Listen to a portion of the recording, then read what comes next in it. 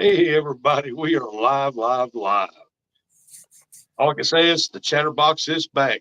Got me, Rustic Outdoors, got Apache Adventures over there. Hello, everybody. We got our special guest, 903 Fishing. Y'all want to stick around and y'all want to make sure you watch this one because if you love crawfish, this is the man you want to ask the questions to right here. Oh Uh, yeah, yep, for sure, for sure. let's see, Apache, you want to run down who's all here? Let's see. That's what I'm waiting on right now. We got River Rat. What's up, River Rat? It's been a while. We got Jersey, Cold Creek, Bugman. Shout out to Bugman. Kevin Hendrick, 351. We got Ernie Brown. I was watching him deer hunt earlier. I like his Miss Chrissy calls it bougie hunting. Bougie hunting. Yeah, he's one of those bougie hunters. Hey, but that's all right. Yeah. Anything to get meat in the freezer. Then we got Shirley T and Small Water. Hey, shout out Mike Sampson. And Kevin All Henderson. right. Everybody's getting situated in there saying hey to everybody. Yeah, 903 is for sure. Like he's the one that got me started on dock shooting. You know, that's a technique that I've learned. You got to learn how to hold on to that thing because if you don't, it will bite you. I mean, Yeah. but hey, once you learn that technique, that's how you get way far in the back underneath those docks, especially during the heat of the summer. I know, he's down in Texas, so it's 100 degrees out there, but I know he comes out with stringers full of slabs. So if anybody has any questions for him tonight, go ahead and ask him because he's the man to do it. Oh yeah, he's got tons of videos on there, Yeah, all kinds of for different sure. techniques of fishing and stuff. And we want to say, Burrito welcome to the catfishing, show, lady. buddy. I appreciate y'all for having me. Looking forward to it. It's going to be a good time. Oh well, we're hoping a good time. I'm hoping Apache's got a bunch of questions wrote down for you.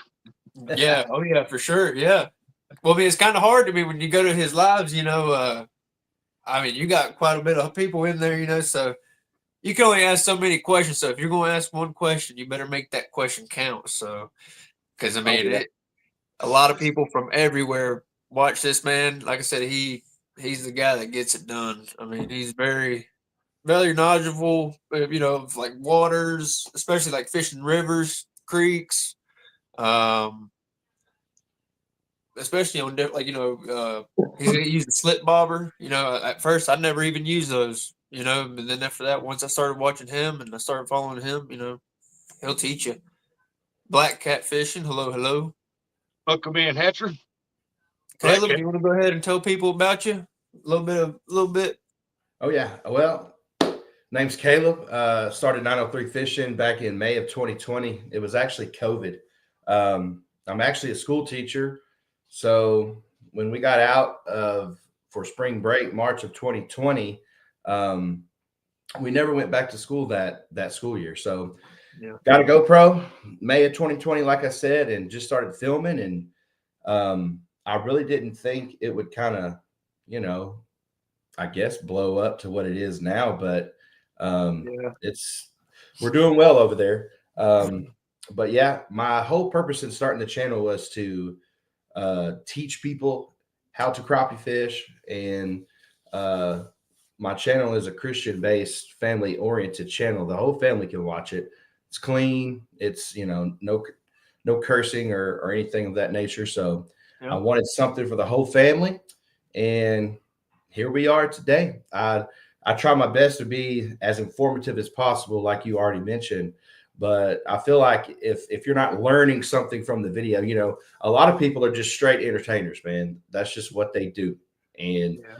I try to be entertaining, and I also try to teach. So very blessed to be where I am right now. But I feel like we got a long way to go.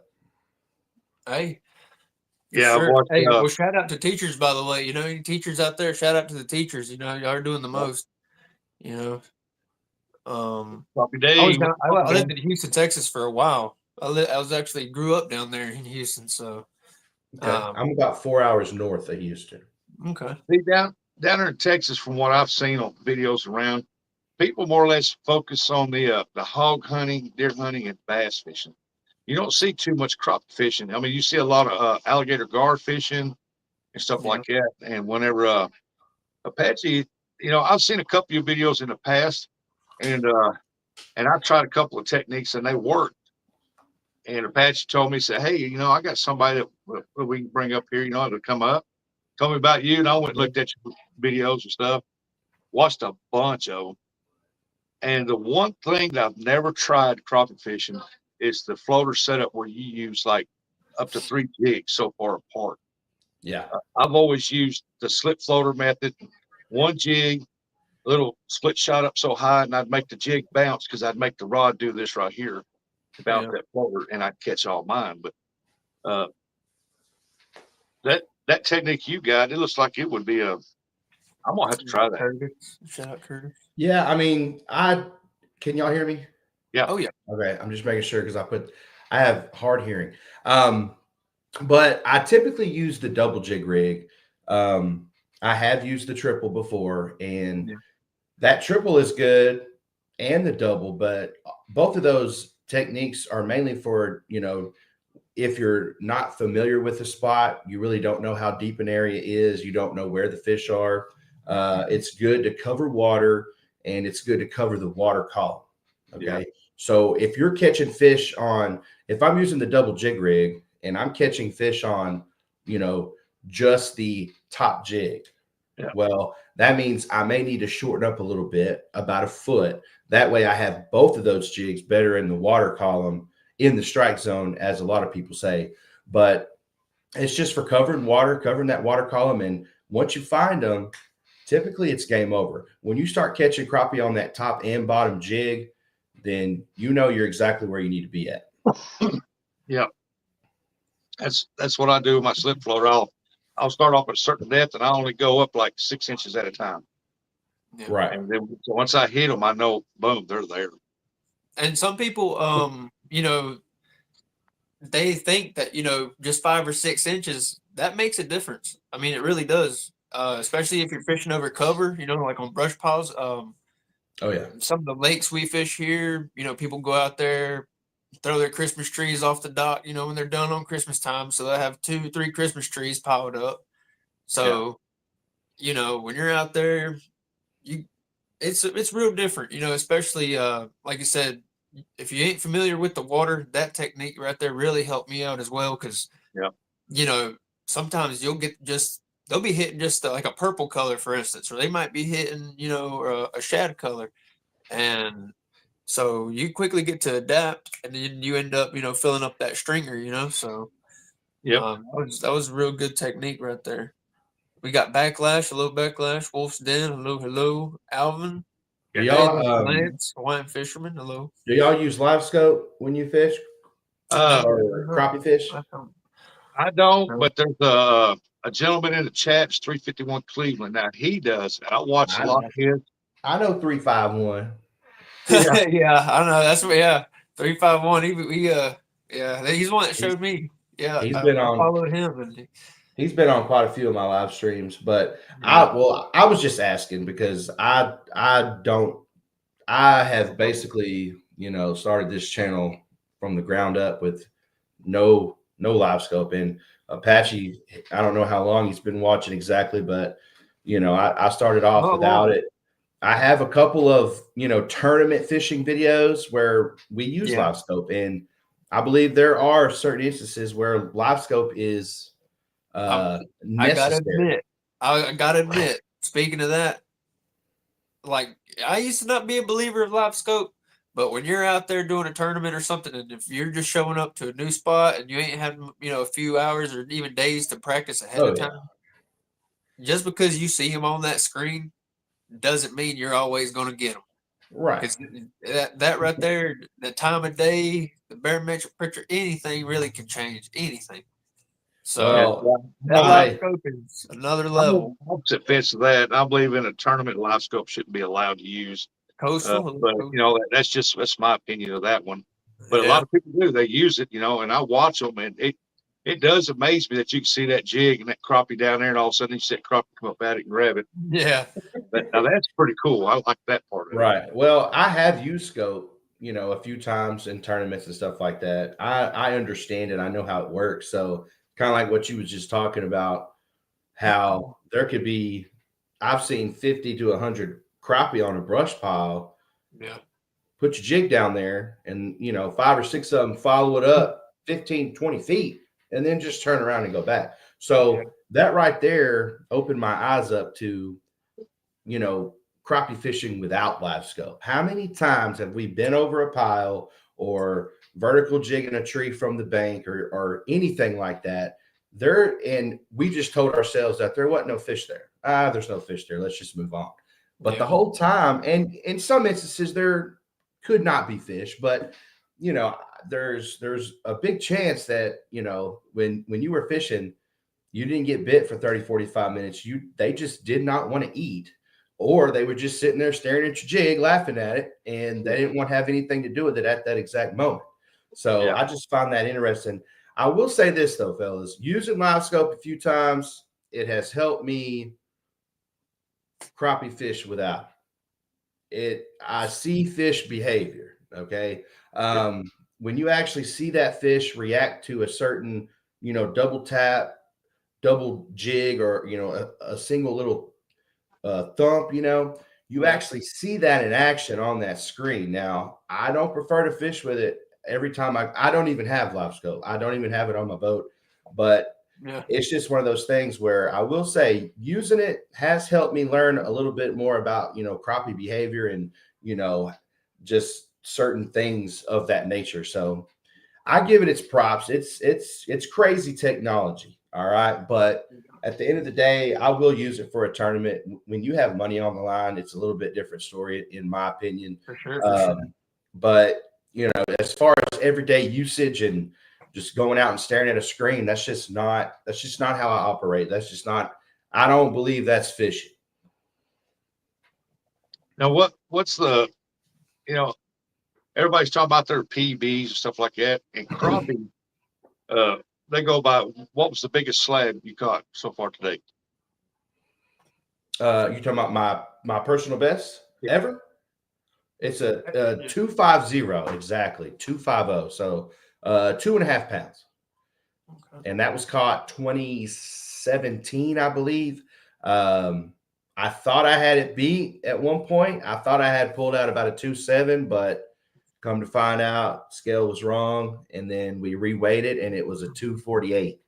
So, but yeah, 2.5 pounder. Yeah. Okay. Now, as people can see in the back too, those are some good slabs you got right there behind you on your board back there. And those are that's 4 2-pounders right there. Now, can you give us a little bit also, because I see the ACC, that's another thing, that you highly talk about it, and I know they got different rods for different situations. So, correct. I mean, you want to tell us about a little bit your setup, rod, reel, line? Sure. Well, first off, ACC crappie sticks, I was using them before YouTube. I think I used them for about 8 to 10 months prior to, any videos being made. Love the rods. And, a lot of people think, just because somebody will pay you to use a rod or give you free product, that's the only reason why he's using those, because they give them to him or whatever the case may be. But that's not the case with myself. I believe in these rods, y'all. I really do. They make various sizes, like you mentioned. Me primarily, if I'm dock shooting, I'm gonna dock shoot with the 6-foot 2-piece.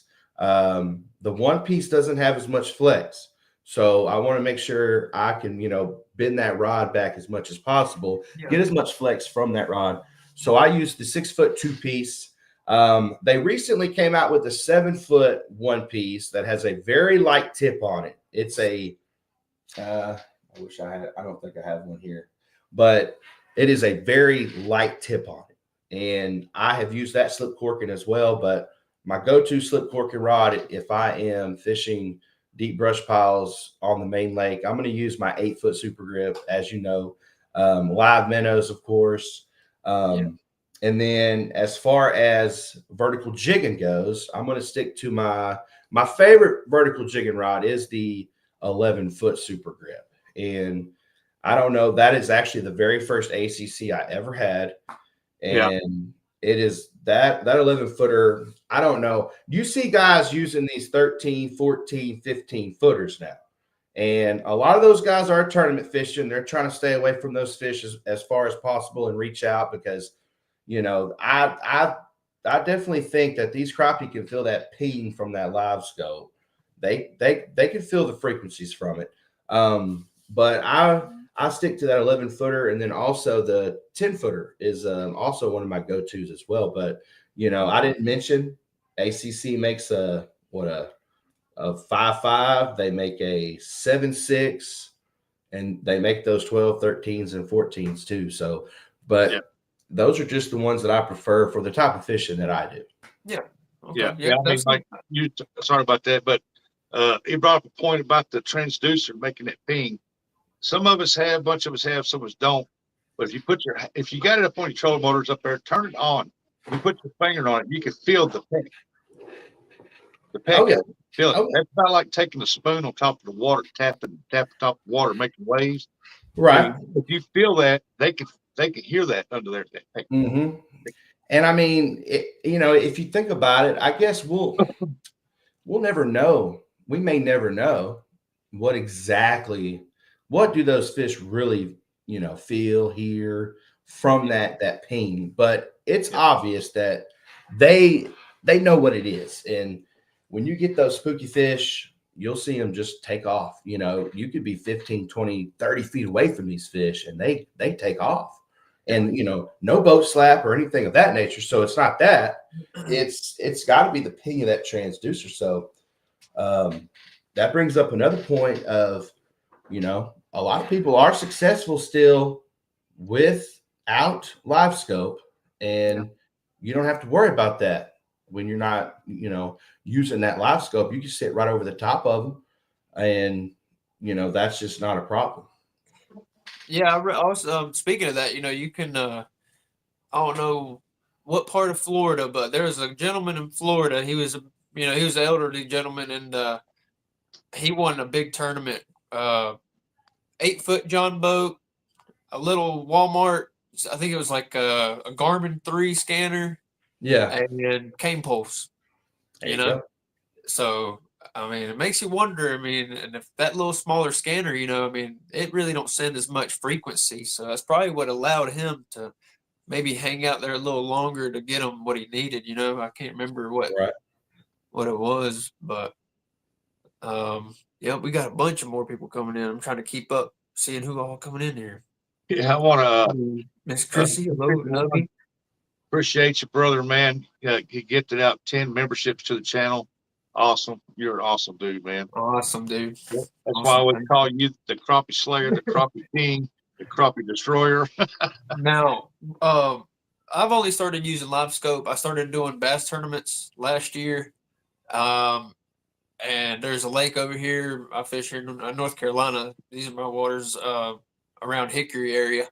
And a lot of times whenever you get there, you see people that don't have the live scope and all that, but they come back with some good weights. And my buddy, he just now started messing with the live scope.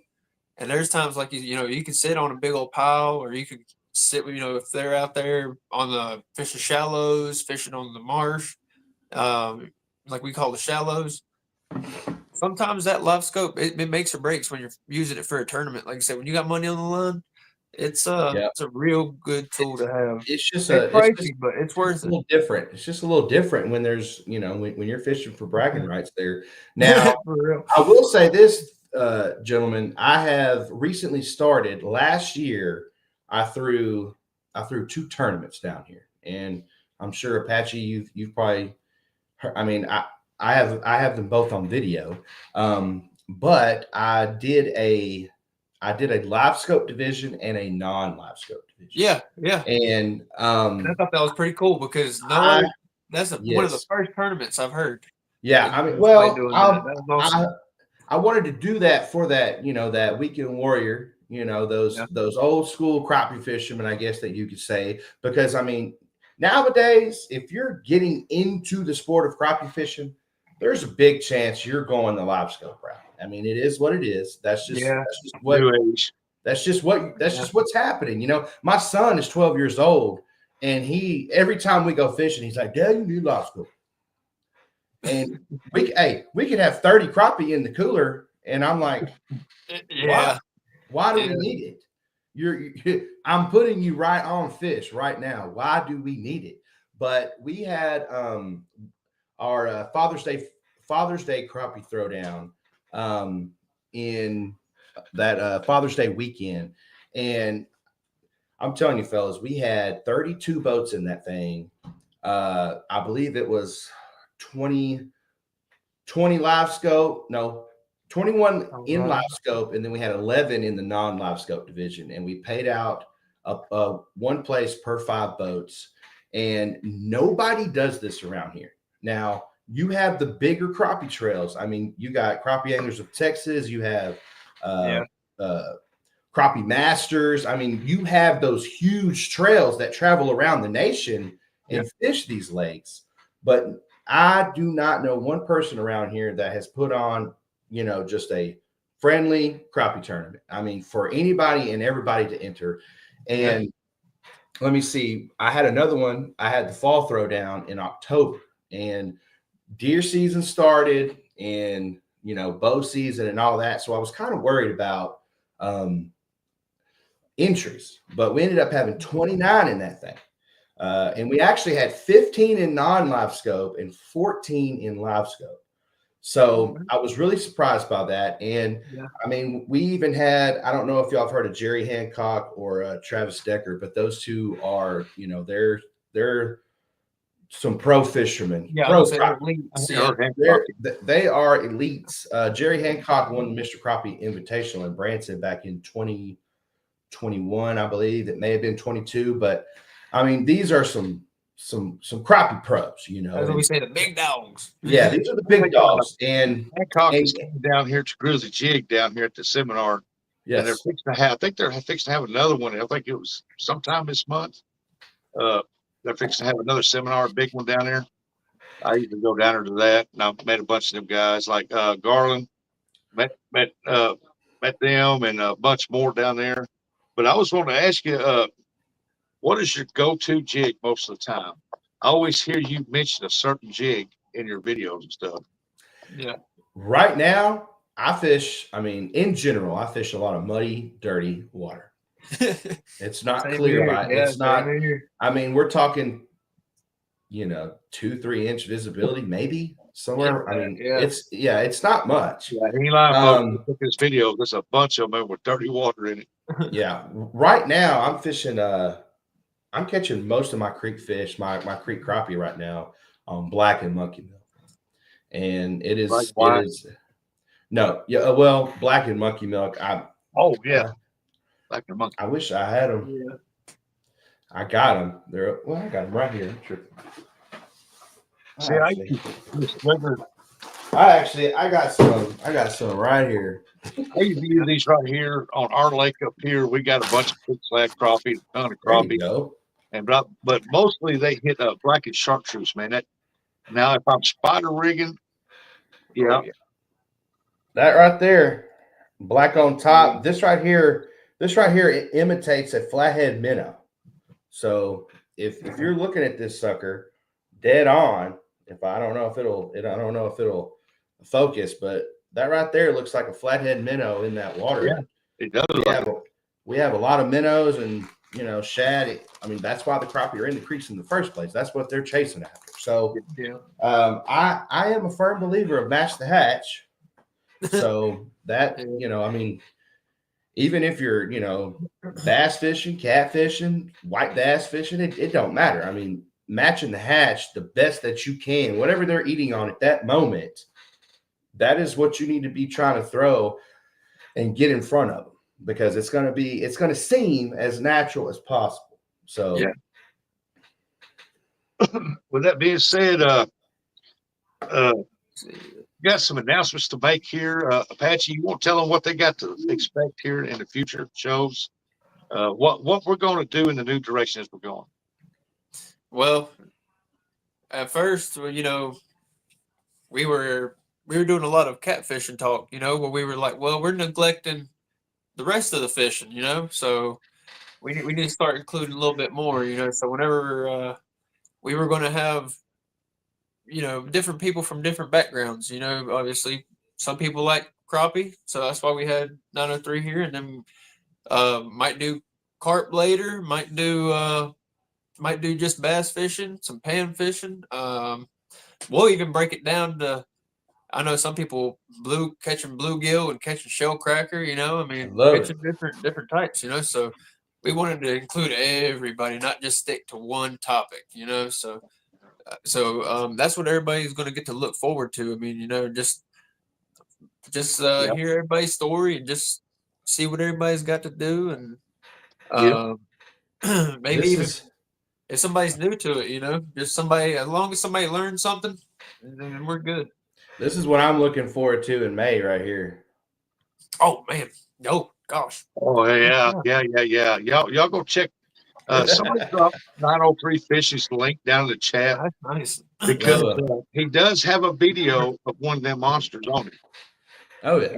I mean, this thing is like piranha. I mean, it's I think huge. yeah, But this right here is normally I use a lot of that when I'm crappie fishing, when I'm jigging, hmm because I do a lot of bank fishing during the spawn. But when the spawn kind of eases up and they spread out, I go to spider rigging. Do you spider rig a lot? For me, Yeah. no, never. And you know what? That is a question I get asked a lot. And yeah, the answer is pretty simple. I give the same answer every single time. We have too much structure in our lakes. We have we have lakes here in Texas that were once flooded. I mean, forest. I mean, yeah, you can't.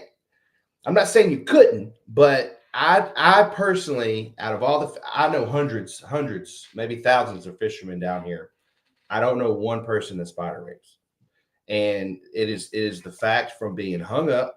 Uh, there's just so much structure in the water. Now we're really big up here about man-made structure. We throw right now. You can go to Lowe's or you could put a post on Facebook and say, "Hey guys, I want your old Christmas trees." And yeah, you could go pick up a dozen, 2 dozen Christmas trees from people around the city right here, yeah. and you You'd be can surprised. go. I'm actually what I'm probably going to do tomorrow, fellas, is I'm going to go pick up some Christmas trees, and I have never made a video on how I make my homemade structure, how I set it up, do all this, show me going and putting these man-made Yeah, habitats out.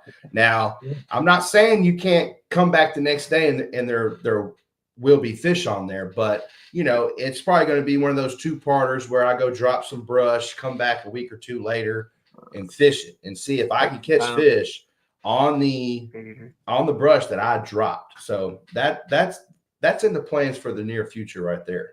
Nubby wants to know when are you having these tournaments? Where no, he's saying, yep. well, I'm in Tyler, Texas. And don't think you can't come fishing. Okay. We had one in June, and I think the furthest we had somebody travel last June was I think somebody traveled about 5 hours, probably 4 to 5 hours. Well, we had one, the one in October. I thought it was a joke. I didn't think that they were really coming at first, but I had a gentleman hit me up from Missouri. And he said, "Hey man, we're coming to stay at the cabins down there on the lake. We want to pay the entry fee." And I was kind of took back, but it ended up being they watched the channel. They wanted to come fish the non-live scope division. They said there is not anyone putting on any type of non-live scope. They've never fished a crappie tournament in their life. They said they just wanted to come. They pretty much made a little vacation out of it. Is what they did. They got to stay. They got to stay and camp out for about 3 or 4 days. They got to fish a new lake. They got to catch some crappie, and I believe they ended up getting about seventh out of the 15th, somewhere around. I mean, right there in the middle of the pack. Never fishing a tournament, But we actually had a team travel from Missouri to fish these tournaments that I'm putting on. And as of right now, the plan is to put a tournament on in May on Lake Palestine, which my last two have been on Lake Tyler, which is primarily a brush pile fishing lake. There's not much timber on it, a lot of man-made structures thrown in, and you can catch a lot of fish. But Lake Palestine's about 30 minutes away. It's not very far. That's where you can pull out, those 2-3s to almost dang near 3 pounds. But unfortunately, in May they'll be spawned out, so I don't see many 3-pounders coming out then. But you'll still be able to catch some big fish. Okay. Yeah. I want to holler out to Hungry Fisherman. Welcome to the channel. He said, hello, first time on here, but a faithful 903 follower. Awesome. I actually I shared it. I shared it on my YouTube a while ago, the live stream. Welcome in. I mean, Steve Thomas. So another thing is, let's see. When it comes to another part of your setup, what's your go-to type of reel? Like, when you're fishing a certain on a cork or something like that, do you like a fast acting reel or this is a 2000, this is a 7000. What's your preference on that? Because you see the size difference. I like this one right here, the 2000 for crappie. I use for crappie, trout, and my bluegill. I don't usually use it to catch anything bigger than that. Well, shout out PC Fun Reels. I use PC Fun Reels. I have probably about, I'm looking at them right now, 1, 2, 3, about 4 different models up there, and they're all 5-2-1 gear ratio. Okay, This is the Viper X 1000. This is the 500. I have a ton of people also ask me, what size reel do you use? And it's kind of like, depending on how I'm fishing for the crappie, depends on what technique I'm using. Well, it depends on what size rod I'm using. Is going to depend on what size reel I'm using. You know what I'm saying? So if I'm using anything 7 foot and under, I'll use a 500 series. If I'm using an 8 foot or over, I'm using a 1000. And I don't use anything over a 1000. I have had people message me talking about they use a 2000 size reel for some crappie. I can't do it. That's a big old sucker right there. This is a 2000 right here. Is that what you crappie fish with? I crappie, trout, and everything with this thing. Okay. So he uses it as a multi reel, whatever works, y'all. And you know what? That is one thing I love about fishing, guys. Is this right here is a catfish reel. Okay. There's a difference there. He said there is a difference. So, but I use this for trout and everything. It's perfect for it. It's it's small. Yeah. But use it for multi fishing, that's understandable, but kind of like when you're bass fishing, you have all your bass rods up on the front, with different setups and all that. So different rod reels. Lance said, I've done some fishing around Tyler, Texas. Well, that's where I'm at. Yeah. Okay. Here's your question right here. Steve Hooker Thomas said he loves chasing crappie through the ice. Do you ice fish? He said no. That one, did you? Okay. Never. No. I'm in Texas. I am in Texas, y'all. If y'all, people watching that may not know. I'm in Texas. I'm not. I have a couple of videos where we may have gotten a dusting of snow, and that only happens once, maybe twice a year. We actually had some snow yesterday. There were school guys. If it gets a little icy on the road, school's canceled. Like people stay home. I mean, people don't go nowhere around here. That's just people aren't equipped with it. we don't have the proper tires and all that stuff to travel in that. I mean, people can't even drive when it's sunny and dry outside. So Yeah. I stay home for the most part now. I did have a video. It was around this time last year. We had a pretty big little, we call them Arctic blast, but we had some ice and a little snow on the ground. The roads were fine. I think it was 26 degrees outside, but it felt like 19 or something like that. I mean, I will fish in those. For me, that's cold. Now I'm also in Texas, so to me, that's cold. And you got a lot of people. If it's under 50 degrees, they're not fishing.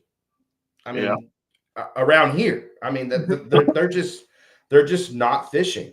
Well, Apache, don't your waters freeze up there where you live at? Not completely, not enough to go ice fish, that's for sure. Yeah, no, never. We got 2-3 inches last night. So literally we drove by a few little ponds and very thin ice. Not enough to walk on. Right. And said my stomping grounds was around Livingston, Trinity River, Lake Conroe. Yeah, it's just north of Houston right there. Now, another thing is what kind of line do you have? Do you have a preference on line? I use ACC crappie sticks line. They just came out not too long ago with their line. Andy worked for years, trying to come up with the right formula and all that stuff. When I am dock shooting, I'll use 6-pound copolymer. Now, before he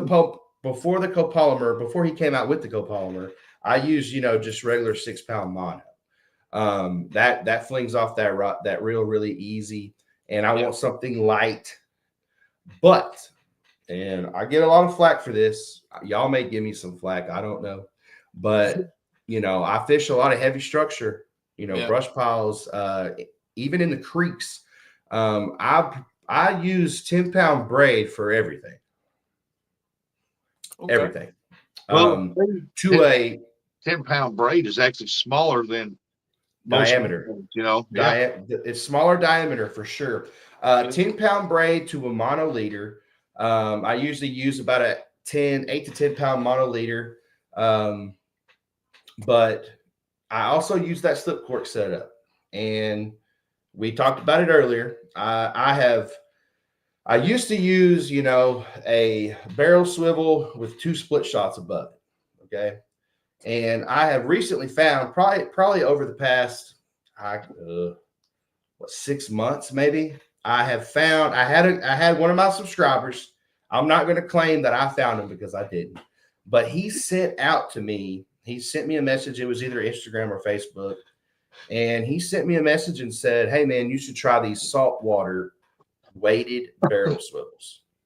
And that weighted barrel swivel pretty much turns the split shot and the barrel swivel into one thing. Yeah. And I had problems a lot with my mono leader would wrap around those split shots. Okay. And ever since I started using that weighted barrel swivel, I love it. But back to the braid in the mono. So of course, braid on the reel, and then I have a mono leader. And what that does is, I say 9 out of 10 times, if I get hung up, which you're going to, I tell people all the time, if you're not getting hung up, as far as down here, I know up north, people fish a lot of weed beds and grass lines and rocks and stuff like that for crappie. It's just a little bit different down here. Yeah. But if you're not crappie your own structure here 90% of the time, and that other 10% of the time could be right now when they're roaming, chasing bait. I'm talking about in open water, just roaming deep, Yeah.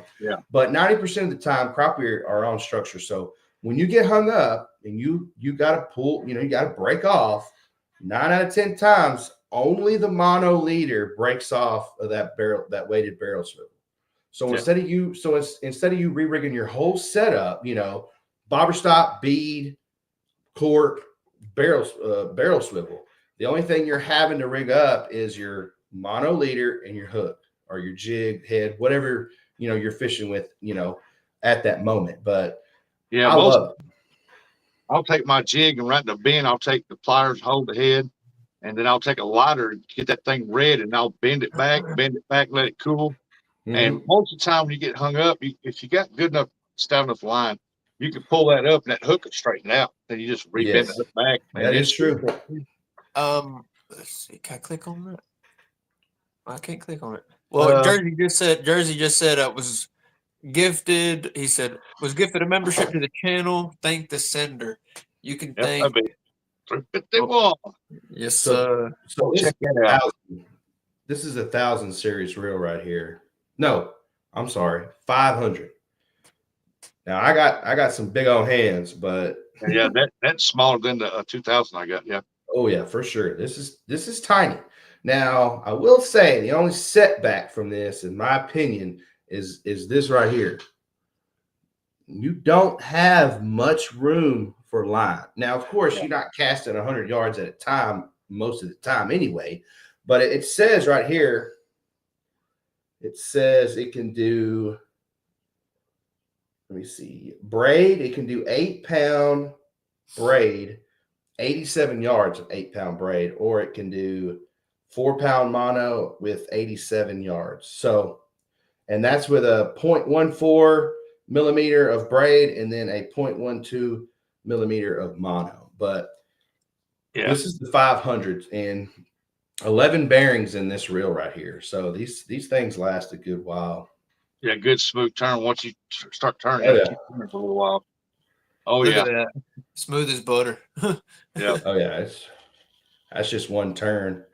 Okay, now also see on the back right there, obviously Slab City jigs, man. I mean, what got you hooked onto those? Is that, the All right. So tell us a little bit I about 'em. mean, you know, I try to be as as transparent with people as possible. So I'm a little over 100,000 subscribers right now. Well, when I had 5,000 subscribers, Coulter, shout out Coulter, Slab City Jigs, man. He hit me up on Facebook. I had 5,000 subscribers, and I wasn't really. I think I had. I don't even know if I was with ACC yet. If I was, then I had just gotten with them. Like everything when it happened, it just went. I mean, everything just went crazy. Yes. But I had about 5,000 subscribers, and Coulter hit me up and he asked me to start using, or asked me if I would use his Slab City jigs on a video. And we, came up with a set price of this and that or whatever. And I said, sure. I didn't have nobody offering to pay me to use their bait. So I went ahead and tried them out. And I liked them. I liked them, and they caught fish. Now, I actually, for about a year and a half now, I actually designed these baits right here that I just pulled out. Yeah. This is my signature series. I designed these baits. What size are those? 2.4 inch stingers. Okay. So basically, what it is, it's very simple. Now, I'm not saying I made this design. Like, I'm not saying I invented this design. I'm not saying Yeah. that because some Yeah, people are like, man, people got those everywhere. I'm like, hey, dude, I chose these colors. These are, I first started with the colors that I primarily use because of the water clarity that I fish in. And then when they started selling really well, we came out with the other colors that I typically don't use because I don't fish more clear water and stuff like that. But as y'all saw earlier, So in darker water, do you like lighter jigs or darker colored jigs? I mean, dark. They got to be able to. They got to be able to see it. Basically, the more muddy the water, the darker you need to run. And then Okay. the only I guess neutral color is white. You can use white clear because minnows and shad, they're natural bait in any water. So white's a good color, and silver is also a neutral ground. Like you can use silver in, chocolate milk, or you can use it in, 2 or 3 foot visibility because that white coming at them is natural.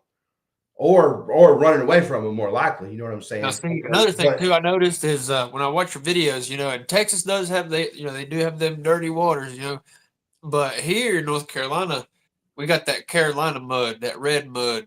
It's like it's that clay, it's just like clay, man. So whenever you get a good that's heavy crazy.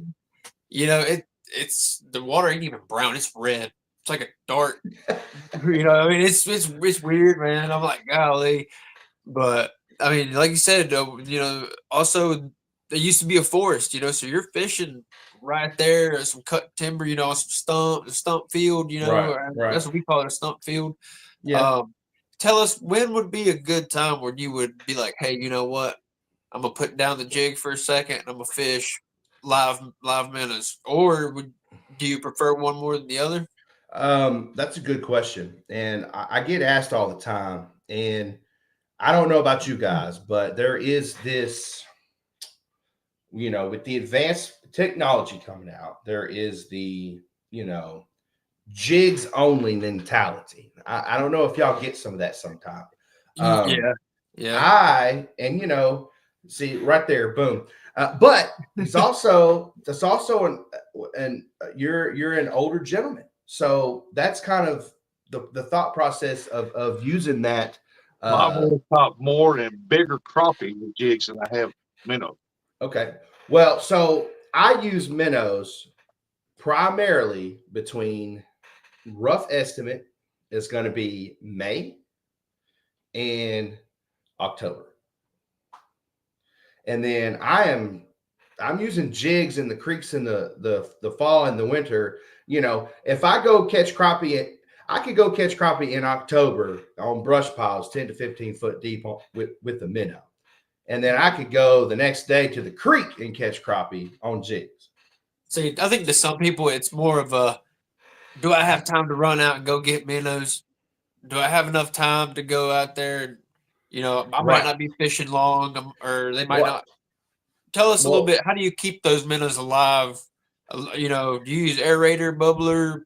I have recently got on with. Have y'all ever heard of the flop box? No, sir. No, Or flop what? box. The No. flop box. Block box. Flop. FLOP. Flop. No. Oh, flop Wait, box. flop box. Well, anyway, they're Flop Industries. They have these awesome. Have you made a video on it yet? I have not. Because I was about to say, because I haven't Now, seen it. recently, well, not recently, but in years past, I am using a 5-gallon bucket with a lid, as you see in my videos, with an aerator. Yep.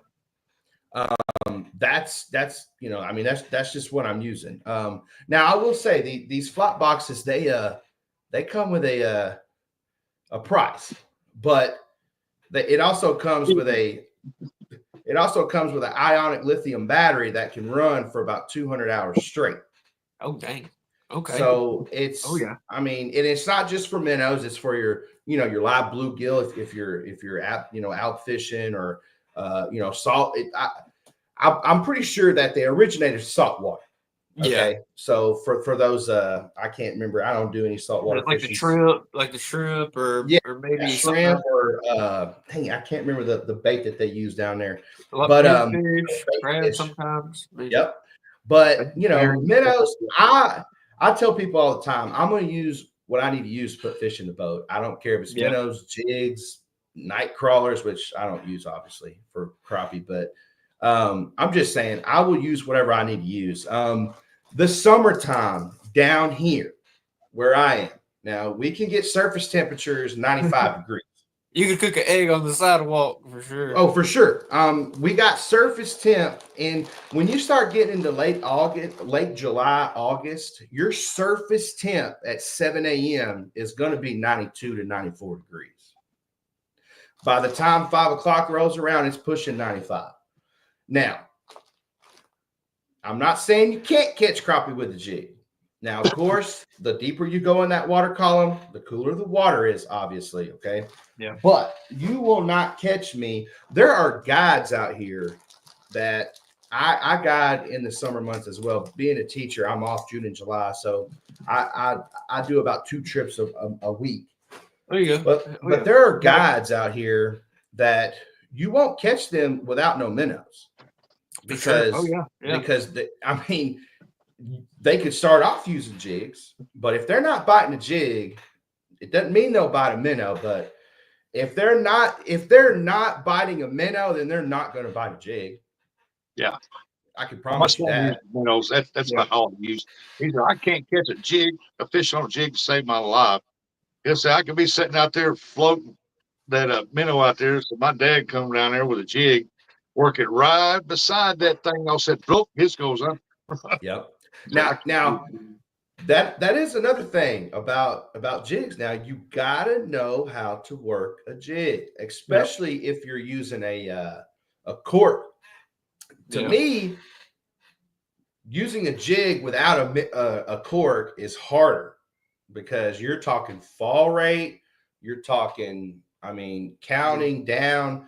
You know how far does that jig fall, per feet or whatever you want to talk about. But you got to keep that jig in the strike zone.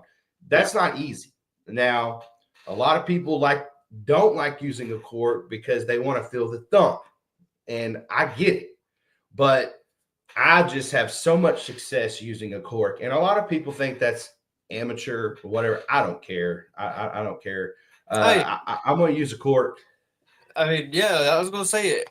Whatever gets the fish in the boat.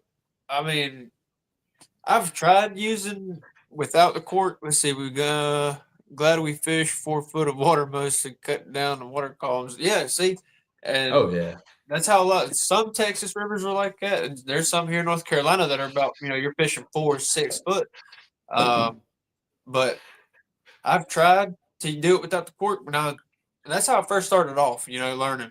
Yeah. And you got to have the right rod, where it has that backbone. I mean, it's very, it's very complicated. Now, of course, vertical jigging, if I'm using my 10, 11 foot rod, I'm not using a cork. I got certain situations down here, scenarios where I can, vertical jig, and I'm just using a straight 1/8 ounce jig head or a 1/8 ounce hand tie.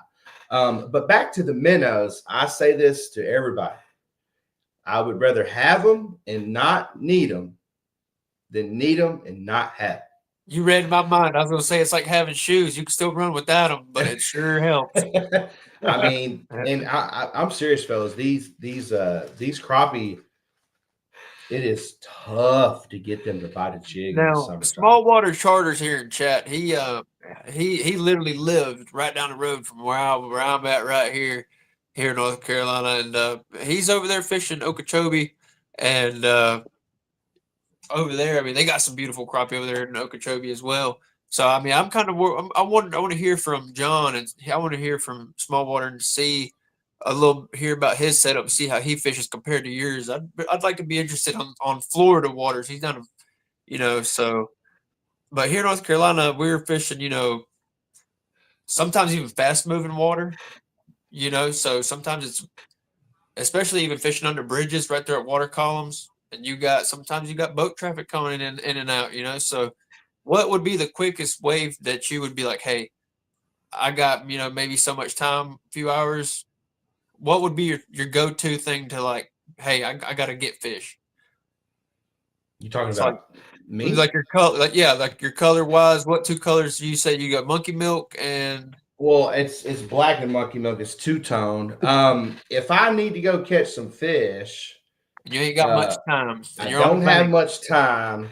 Are you saying my scenario is at that bridge with boat traffic? Is that what you're saying? Yeah, because sometimes you got people going in and out.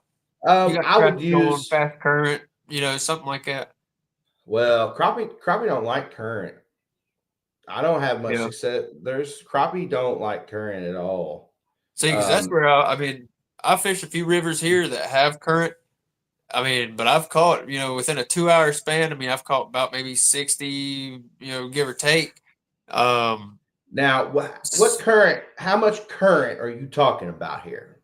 I mean, we ain't talking like fast, but you got some moving water, but they ain't got nowhere to. They ain't got nowhere to chill. Yeah, they ain't got nowhere to hang out. Okay, well then that's Yeah. Then I mean, of course, I've caught them before in, I wouldn't say current, but Yeah, I mean, like yeah, I've washing them caught them out. in No, that yeah, yeah, slow, slow Like a moving. creek flow. yeah. Yeah, Just a little creek yeah. flow. I'm throwing a double jig rig with Okay. black and monkey milk and blue and monkey milk. Well, reason why I'm If I'm saying, fishing my dirty water, yeah, because the places I'm talking about here in North Carolina, it's we call it High Rock Lake, which is a Mhm. very high. It's I mean people come from everywhere to fish here in High Rock Lake. John probably Smallwater, he probably heard of it. We got High Rock Lake. We got Lake Hickory here in North Carolina, and we also got Lake Norman, which they actually have big bass tournaments, the big po' boys, and so it just amazes me on how, like John said right here, he said they're spawning right now. They ain't spawning here in North Carolina yet. No, they So don't spawn here to about mid-May. Well, they tried to start on beds, come in a little yeah, bit of time at the end of May, and then in April towards Easter, somewhere down mid-Easter. Like I'll drive an hour one way to go catch crappie, and I'll limit out in 45 minutes, and then I got to come home another hour. So I I mean say, what I'm trying to get at is obviously right now I don't know how hot it is, but I know it's warm in Florida. Whereas compared to up here where I'm at, we're like in the 28, maybe 32s. 29. Yeah, 29. But what like Texas waters, when do your fish start to spawn? Um, and a little bit about that. last year I write all my stuff down. So I'll write down every trip. Yeah, I'll write down uh, the date, the times I went, where I went, what I used for bait, all that good stuff. Last year, I caught my first crappie in a foot of water, February 15th. Dang. Now, Okay. now, That was okay. now, that our weather here where we are, I think it's just geographically speaking, it's crazy. So it could be 80 degrees February 1st. It could be. We've had numerous days on Christmas where it's 80, 85 degrees. Um, it could be 80 degrees. So, and I remember we had about 4 or 5 really, really, really warm days right before February 15th of last year. So I told myself, I said, you know what? I'm just going to go out and just try. I think I caught about 4 or 5 that day, not many at all. And the males go up first. They're going to make the beds, and I say if you really want to get into the spawn, beginning of March, you'll find a few up shallow, depending on the weather. And I want to say within 5 days of me catching those fish in a foot of water, we had a cold front come through, and the highs were in the 40s. Wow. I So that's mean, it's just like a light switch. our weather is so sporadic down here. And I've seen it during the spawn. We're talking March, it's 85 degrees for a yeah. week. I said For May ago. That's what I meant. March, towards the end of Well, March, half sometimes April, man. That's when our spawn is like. yeah, I yeah. went down wide there open. 13, 14-inch black slabs up to 2.5, 2 3/4 pound, 19 inches. And we got some good crappie down here. The only problem with our lake is it's like back to the live scope thing. So many people have started using the live scope and they're actually raping the water up there during the winter, pulling out huge crappie out of there all winter long. Now, And sometimes so, I'm getting the snow in April. I know we got a little snow in April last year, so it's Wow. for my weather. It's real crazy. February, I'm talking about we're getting snow this deep February. Well, the spawn will go on till about the end of April, mid-April. So March and April are your spawning times. Now, Yeah. you could probably find a few, early Mayish. You'll catch crappie in May that are spawned out females, but then you'll also catch males that still have their tuxedos on. And we're talking, they'll keep those for weeks after they're done until their hormones bounce back out. But Yeah. speaking of spawn, Y'all do any wade fishing? Wade. Waiting for Yeah. crappie. Yeah. Oh yeah. Uh, I do. Yeah. Yeah, if I'm in a spot that there's a bunch of vegetation or huge rocks I can't get around, Yeah. and I notice that the water ain't but like waist deep or something, and if it's nice and warm, not real cold, I will wade out there where I can get around that bend and pull out some big ones around there. Yeah. Well, we wade. You know, I don't know if Apache saw past couple of years. I just started wading, and I mean, you know, we'll get those heavy rains during the spawn, and we're talking these crappie can literally go in flooded woods to spawn, and those are waters that people don't think fish will go in. You know, and of course, the crappie wouldn't have went if the water wasn't that high, but I mean, you're literally walking around in the woods, flooded. You know, it ain't but 2 or 3 foot deep. That's But yeah. I try to tell people that crappie are smart. All fish are smart to a certain extent, but crappie will go places that you would not think they would go. They Yeah. want to feel safe. They want to feel Oh, yeah. protected. They want to feel like, you know what, ain't nothing gonna get me 2 miles back here in this backwater. Yeah. But I mean, here comes 903 with a 11-foot pole trying to get them, waiting. Yeah, But I'm just saying, Mississippi River during the first part of spring, if we get a flood up in the woods, crappie love to get in the woods because they don't get in there too much unless it floods. And they love to get in there. Catfish love to get in there because they got more opportunities for food they eat the worms. and Yeah. everything. And so I have walked around out there in knee deep of water. I mean, granted, I had to watch for snakes and gar, but Right. and I took an 8-foot crappie rod. I went out there and I dipped around out there with a minnow and a jig, and I had pulled out some big slabs out of that backwater on that Mississippi. It's so fun. Gosh, wading has quickly over the past, year and a half, 2 years. That's my favorite way to catch them. Yeah. I mean, it's only about a 6 week to 8 week period where you can do it. But I mean, I use my 10-footer for wading, and we have a lot of buckbrush trees. I don't know if y'all know what that is, but it's a tree that has a big old root ball at the bottom, and then of course they come out. But now some of y'all got gators. We ain't got gators like that. Yeah, dude. We ain't got gators like that. We see a gator once in a blue moon where I am. Now, you go about 2 hours east, to Louisiana, that's a different story. That was going to be another question of mine. Where are some places that you have fished? Tell us a little bit about your adventures. Well, I have videos from Louisiana, Texas, Mississippi, Alabama. Now, where would you say now you said, Louisiana.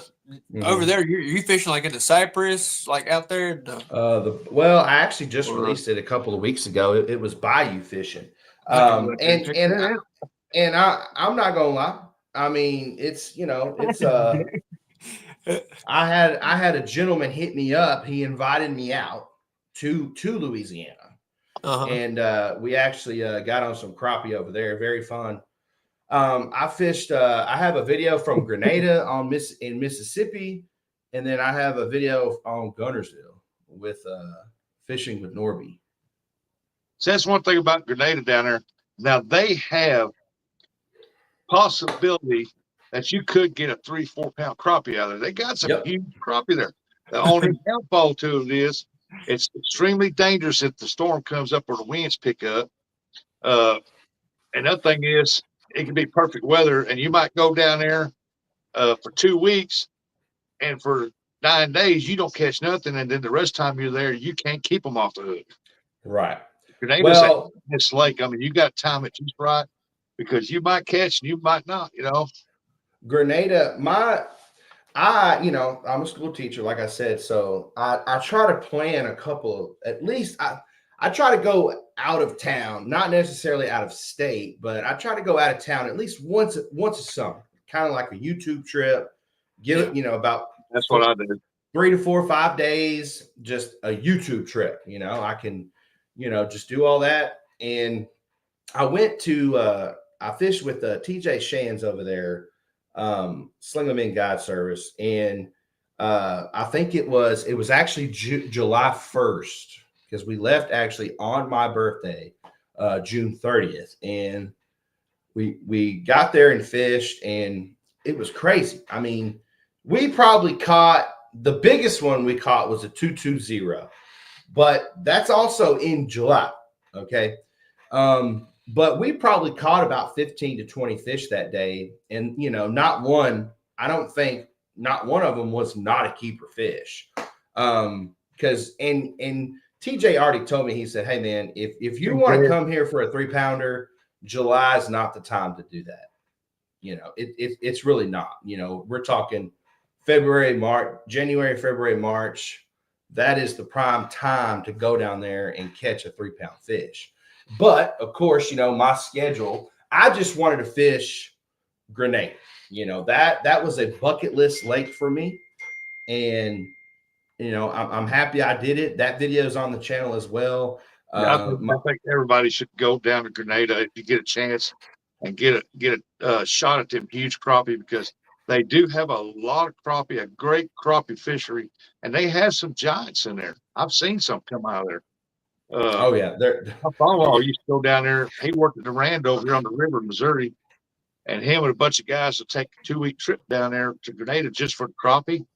And man, I've seen some of the crappie fillets he's brought home. Man, them dudes are like, oh yeah.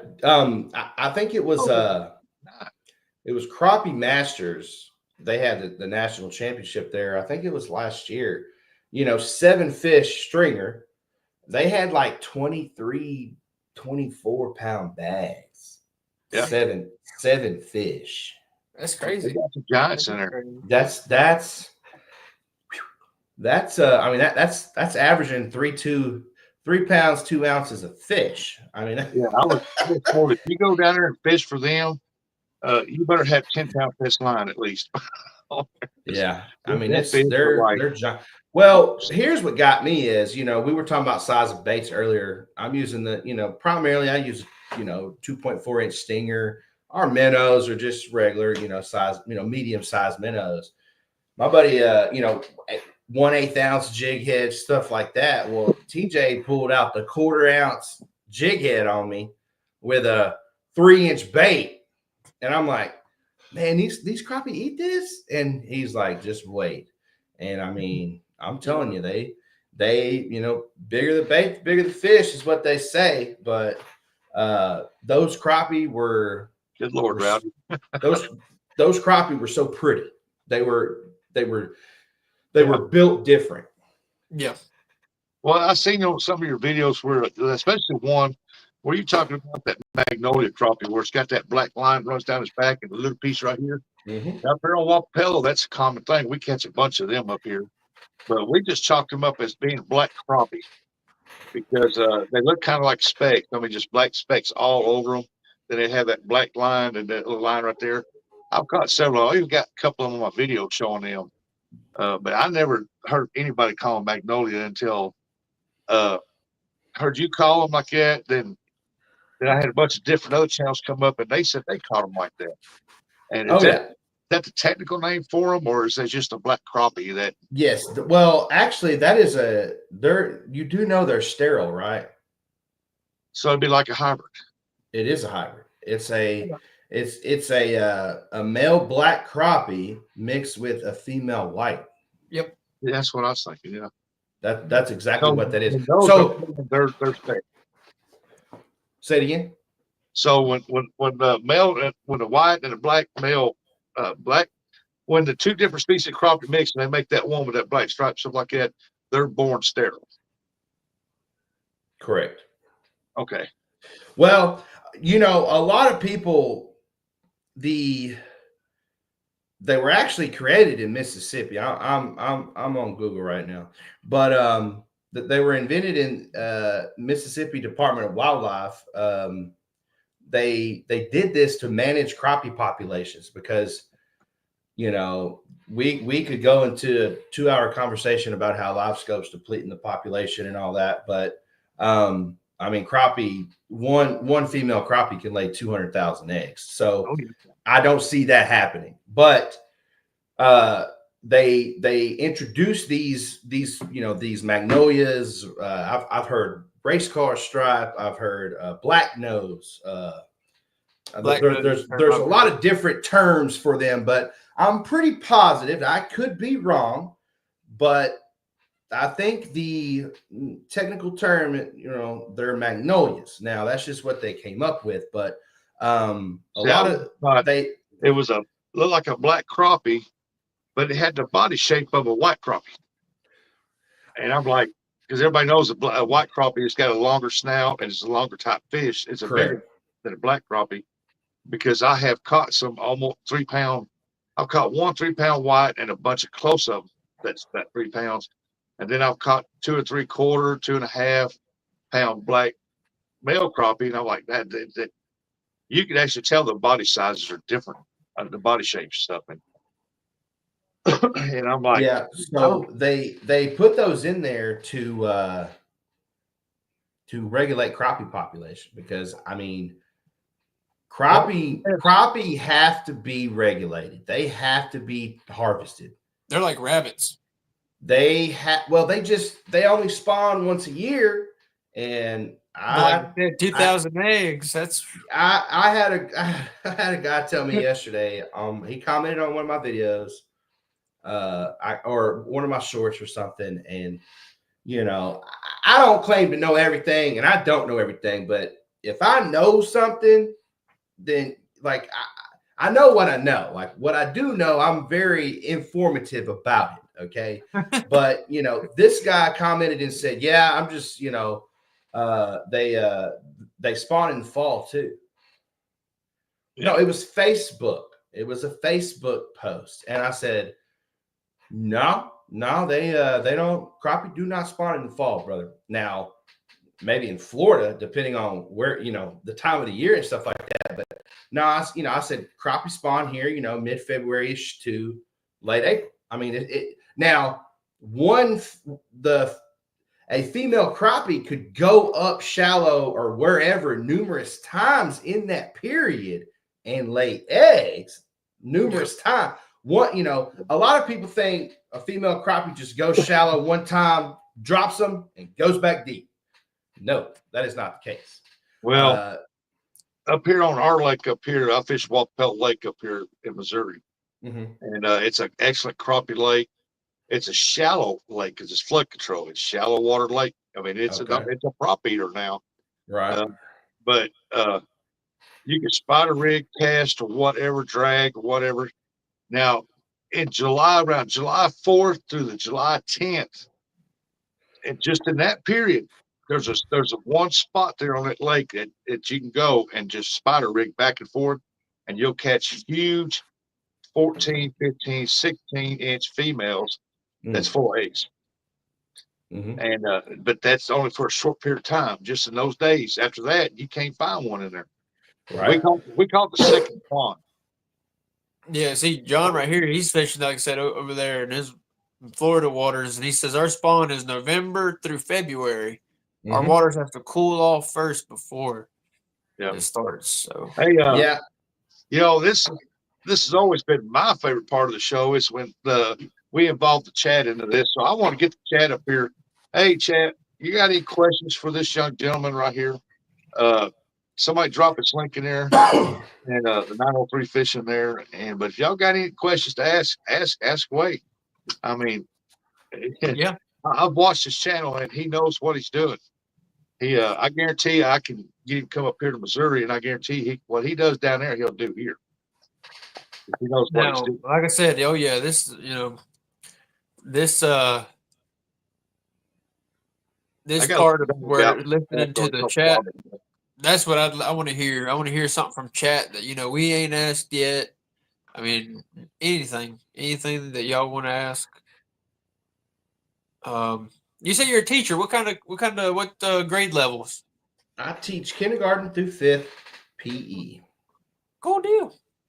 Yes, sir. Nice. I played 4 years college baseball, so sports have always been, just always been a sporty guy. So I Okay. figured why not teach, young kids to, Okay. What's your favorite see what they sport? can do. Baseball.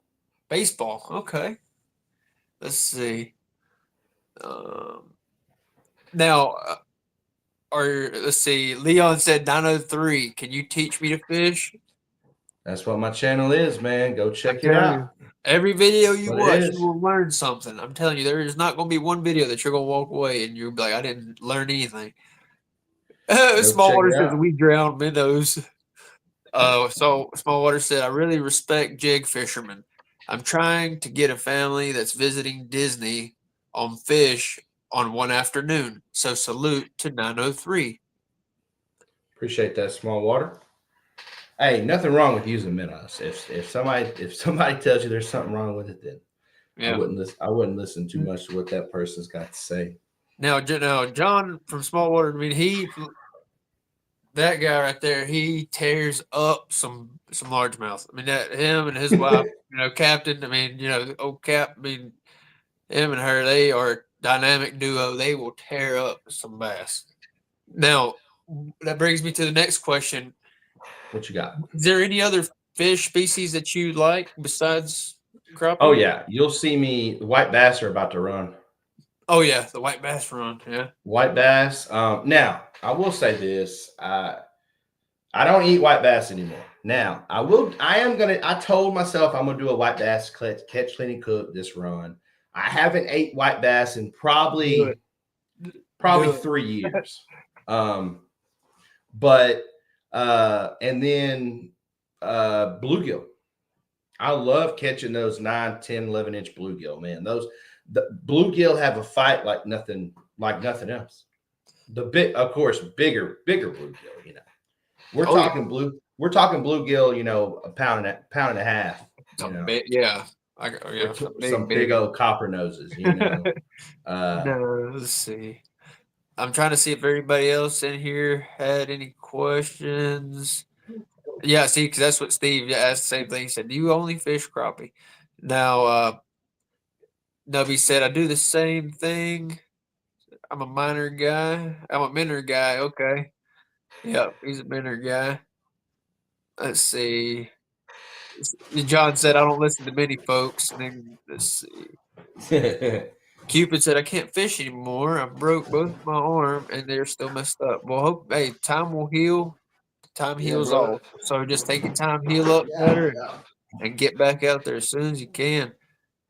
Oh yeah, look, see, John said, "Look us up 903. 14 poles can get exciting."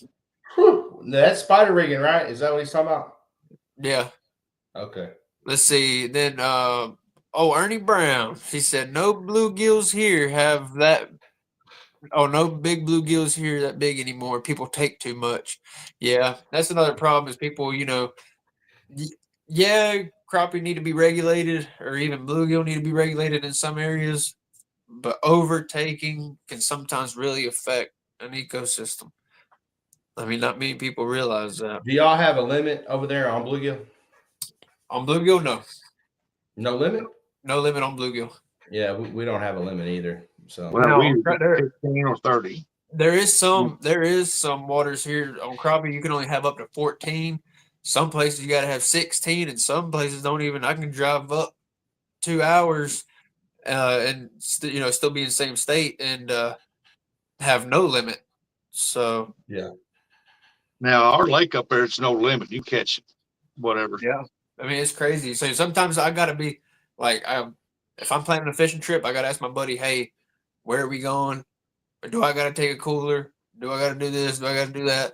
Because if I know if I can keep all of them, but I'm not gonna keep no small fry. I mean, I'm gonna try and keep usually 8-inch or above. And Yeah. then if I catch a big, if I know it's a big girl, I'll put her back, let her go What's my reproduce. crappie? I like to keep crappie between 10 and 13 inch. Yeah, I'm gonna say if I get something big I like catch a a big 15 fat or bigger. female. Oh yeah, I'm taking pictures, but I'm gonna release her Yeah. back in the water. Hey, I tell people all the time, my favorite eating size, crappie, 10 and a half, 12 and a half, Yeah. 13 inches. Nothing crazy. Perfect. Oh, Per- yeah. Now, I have released those bigger fish before. Now I will say, if I'm doing a guide trip and I got I got a guy catch a 15 and a half, almost pretty much a 2-pounder, and if he wants to keep it, that's on them, because that's their trip. So I let them do whatever they want to do with that situation. That's the comment he want me to show you there. Oh yeah, I read it to him. Yeah. Now Steve has a question. Do you ever use perch eyes? They are killer through the ice. No, I'm not fishing no ice, but No, but he said if you use perch eyes. No. That's you took for crappie, or like perch eyes for crappie, or what? That's interesting. Yeah, I ain't heard of that perch eyes. I don't know. That's awesome, Leon. Keep it up, Leon. There you go. Now on our lake, you will come across 14 to 17 inch crappie. I mean, it's rare to come into that big, but there has been some 4 or 5 pounders caught out of there, because I've seen one. There used to be a store there that you could take your crappie to and they can mount it. And this one guy, he's an old man. He come in fishing from off there, and he had one that was a state record. And he said, I don't care for state record. I want it on my wall. So he said, man, that was the biggest crappie I've ever seen in my life. Now, if I ever catch a state record or something of that nature, my preference would be to take measurements, pictures, pictures at every angle, do all that. Now, of course, you have to do this as quickly as possible, but I would like to put that fish back. But yeah, that's just me, though. I mean, one of the biggest crappie I've ever caught on that lake. I've caught some that was almost 3 pounds, but as far as a black crappie, the biggest one I ever caught was 2 3/4, and it was 19 inches long. It was like that thick across the back. I've never seen a crappie that long.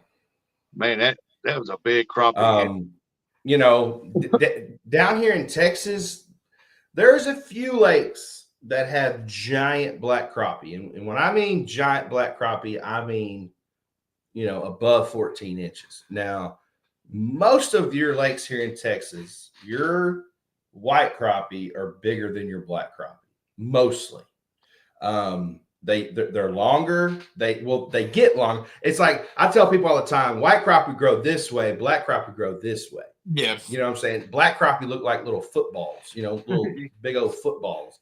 But typically we're catching 10 to 13 inch black crappie pretty much. Now you catch one over 13 inches. That's a big black crappie. I'm a tall guy. I'm 6'5". Okay, I got long arms. I'll take them, and sometimes if I catch several, I'm talking about 10, 15, or my limit of 30 huge crappie, I'll put one on each finger, and their heels are stopped right there. Yeah. And look here, and their tails come right down to there.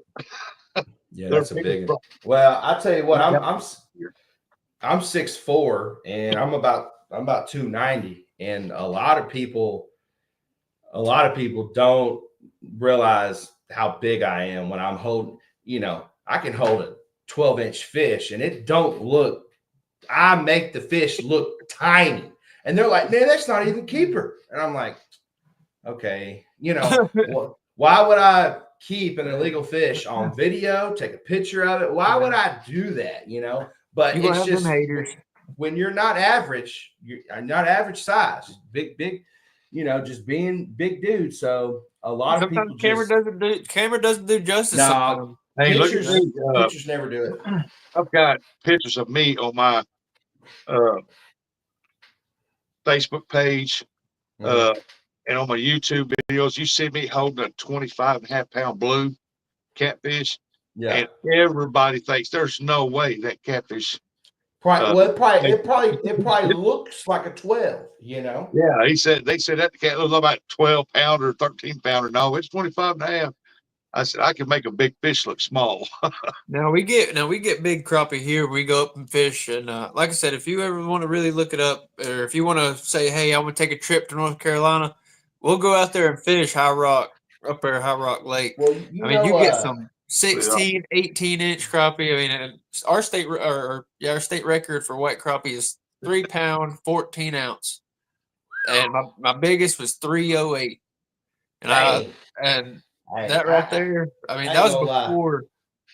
that was before I started doing this whole YouTube thing. Right. So I ain't gonna lie, man. One of my goals in 2025, and I'm not gonna lie, like there are 3-pounders in Texas for sure. yeah. But the way that I fish, the chances of me doing that. Now, of course, I could just pull up in a creek one day. It could be a little different story, but that's one of my bucket list goals in 2025 is to get a part of the 3-pound club. Yeah. I mean, I really want to do that. Hey, Apache, I meant to ask you, do you I'm trying to think. You're in North Carolina, right? Yep. Do you watch or know Local Life Outdoors? Yep, Local Life. Yeah, I want to man, I've been telling him I was going to come over there and fish with him. Okay. I want to get up in that river. Yeah. Pee Wee, is it Pee Wee? The PD River? PD, yeah, not Pee Wee. Pee Wee. Yeah, PD River. Yeah, man. Yeah. I like how he gets up in there, man, and you know he catches crappie, but he be catching them giant shell crackers. Yeah, I ain't been following him long, but like seeing, and I started watching other people because, I want to fish somewhere different every time, you know. So like Nubby right here, he says I'm close to Fayetteville. Well, that's crazy. I know Fayetteville down there. They got some good waters down there too. Thumbs up and share us out. But and, somebody please drop 903 Fishing's link in the chat, please. Y'all go check this guy out. He's got a lot of great videos. But the PD River, though, speaking about that, I'm sorry, I got off track. But when the white bass run goes through there too, that's where people wade at right there too, man. That's a good wading spot. Okay. Yeah, I'm gonna have to get over there, man. Look, oh yeah, High Rock and Lake Jordan are my favorites. So yeah, High Rock, like I said, I mean that place right there, man, you get some massive monsters. Is there like how are y'all catching them? Are you catching them brush piles? I mean, yeah. Like I said, over there, whenever Christmas is done, everybody's throwing them Christmas trees off the edge of the dock. They're all stacking them up on there. So there's family that will be like, "Hey, I'm bringing my Christmas tree over." So they're dropping 4, 6 trees down up in there because these people that got that money on the lake. Yeah. So we got those over here too. I mean, you got like a 6, 8 foot daggone big old monster Christmas tree up under the water. You know that's going to attract big schools, but I'm on a kayak. I got a little what you call it? It's a little a Falcon 12-footer. And that right there, just right over brush piles. I ain't got no sonar or nothing on there, but most of the time, some people up in High Rock, we call it the bridge, but we're just literally throwing right on the side of the pilings. And that's why I started watching you using that slip bobber, man. That right there made all the difference. And I went down to a 5.5, and the 5.5 rod, I feel really comfortable with it fishing under the bridge. Yeah, there you go. Yeah. Slip floaters and I want these off Temu, the little rubber stops that you put through your line and stuff. These are the best things to use. River Rat right here said fish Catawba mostly. I'm like, not far from there. Literally not even half hour. And that's another place we probably fish right there. Fear River. I'm telling you, man, I need to get out more. We're going to have a giveaway. I'm going to give away a brand new fishing reel, spin cast fishing reel. So y'all want to stay tuned. You don't know when I'm going to give it away. So if you leave, you snooze, you lose. Okeechobee way better, just saying. Oh, I know, man. For bass, I mean, golly, John over there catches 100-something bass a day. Him and his wife, the cap, they tear them up. They call it swamp donkey over there. Yep, they call that swamp donkey over there. I noticed that on our lake that I don't do it personally because I hate the mosquitoes.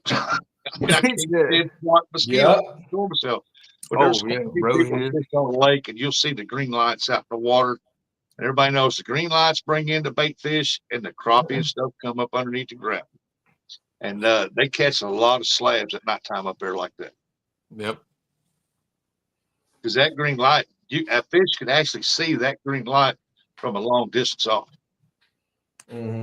We have both of our lakes over here. Actually, people have green lights on their docks, and I really haven't gotten. A lot of people ask me, "Do I crappie fish at night?" and this, and that. But I have a few times, but I really don't have a good way of filming at night as far as lights and all that stuff goes. So, but people do have those green lights, and it's a good place to catch, hybrids, striper. Well, we don't have any striper. Ours are all hybrid, but crappie and stuff like that. Yeah, a lot of other good places that I found. I don't know about you, but I want your opinion of this. Is that if you've got a lake with docks and a light shining over the water, as soon as it gets about 1 o'clock in the morning, maybe 2, you can run down there and you can tear some crappie up underneath that light out there. Bait fish. Yeah. Do you usually do that? Because we do that a lot. When we had a camper that stayed up there on the lake for over 20 something years, about 1, 2 o'clock in the morning, I normally wake up at that time anyway, but I'll make a schedule to wake up because I know that the big crappie is going to be up around them lights.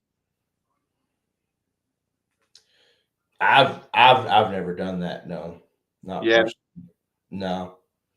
I have fished green lights, on occasion. But I was going to ask that because I know at Walmart they got one for like $20. That's literally in the fish now. It's a little piece of styrofoam, and it's got like a little green light ring around it, and it actually has like the cables that you hook your battery pack up to or whatever, and you just throw it on the side of your kayak and just let it sit there. I've been thinking about trying that. I've never seen that. Yeah, they got them at Walmart. Yeah, they got. I've seen. Well, at least I know mine does. I have to take a picture of it or something one day. Yeah, I used to have one that was waterproof. It had 20-foot leads on it for the battery. That's cool. I would hook up the leads. Apache, check your phone real quick. And I would take and throw it out there, and it had one of them strings that went down with a lead like a duck decoy would have. And it would go all the way down and hit 30 foot of rope. So I know that when I throw it way out away from the boat, I can cast out to it. 903 needs to jig fish the reeds on Okeechobee as far as he can see all directions. Yeah, and gators too. Older one-off team, it works great. Talk about the green light nubby. Dale Hayslip said, the only time I catch crappie is when they're spawning in shallow water by the bank. I mean, I catch them. I spider rig a lot during the summer and stuff like that. Or I will take and I'll be out there. And if they're not hitting on the spider rig, I slow the trolling motor down real slow where it's just barely moving. And I catch more like that. But I'll also always have a casting rod with me. And I'll take a beetle spinner bait. I'll take their rubber bait off there, and I'll put my own tube on her, which is usually red chartreuse, and I'll throw that dude out there, and I'll count down 1 Mississippi, 2 Mississippi, and I start rolling that little beetle spin in, and boom, and I'll start pulling them out. And I call it casting for crappie. I love that. But the only time I fish from the bank is during the spawn. I don't get in a boat because I know that they're real close to the bank. I want to throw out past them, and I want to work my way to them.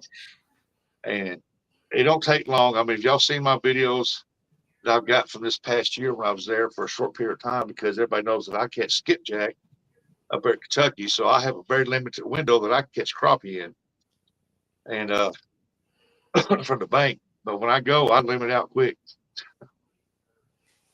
What's y'all's limit up there, Rustic? On most places it's 30. Some places 15. Okay.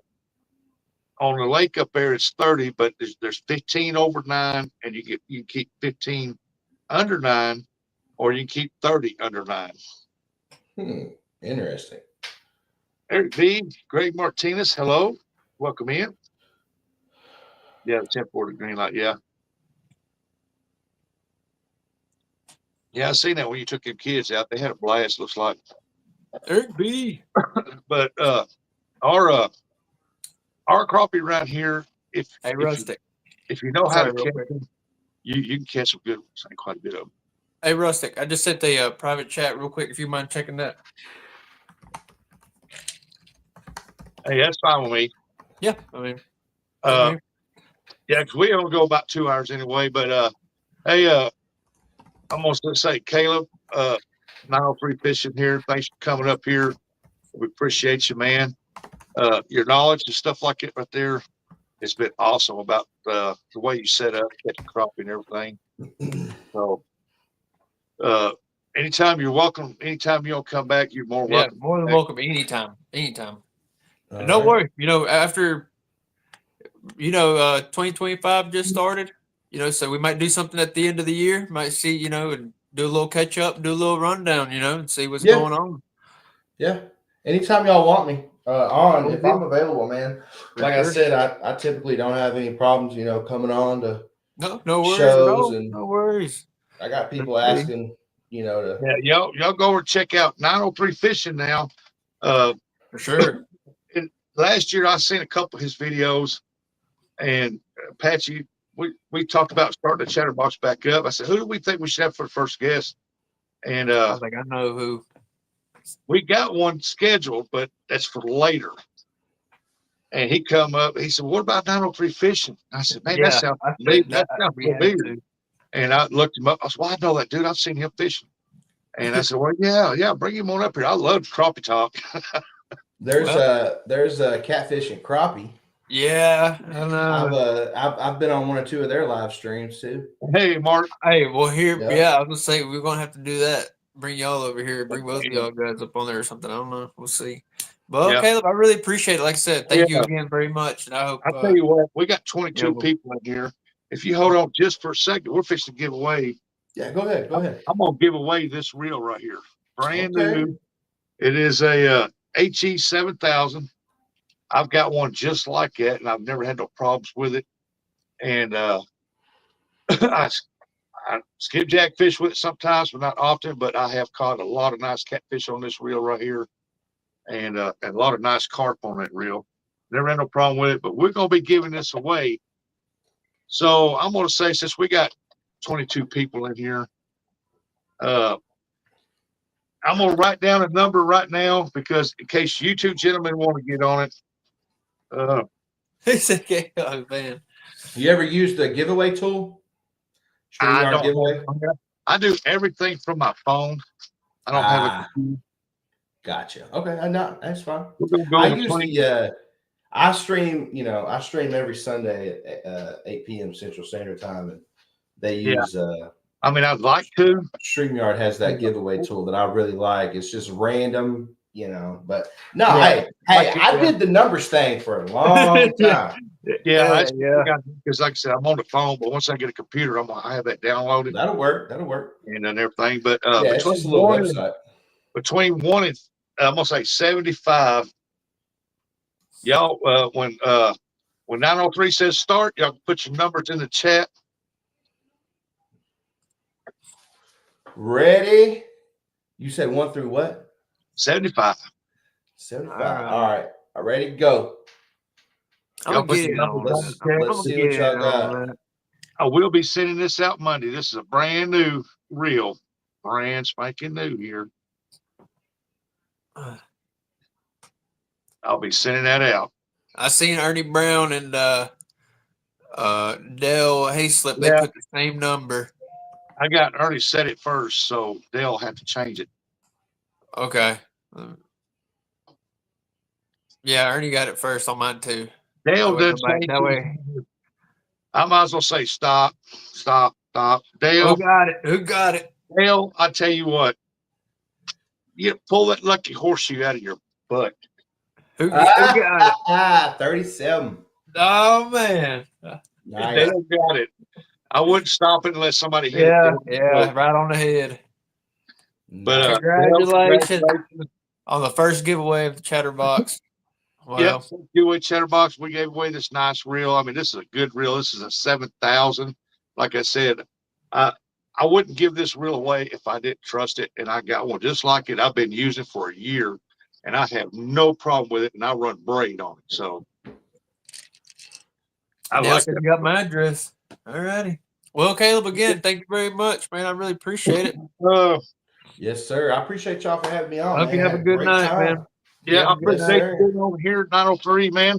Y'all go check him out. Mrs. Rustic, good evening. That's my lovely wife.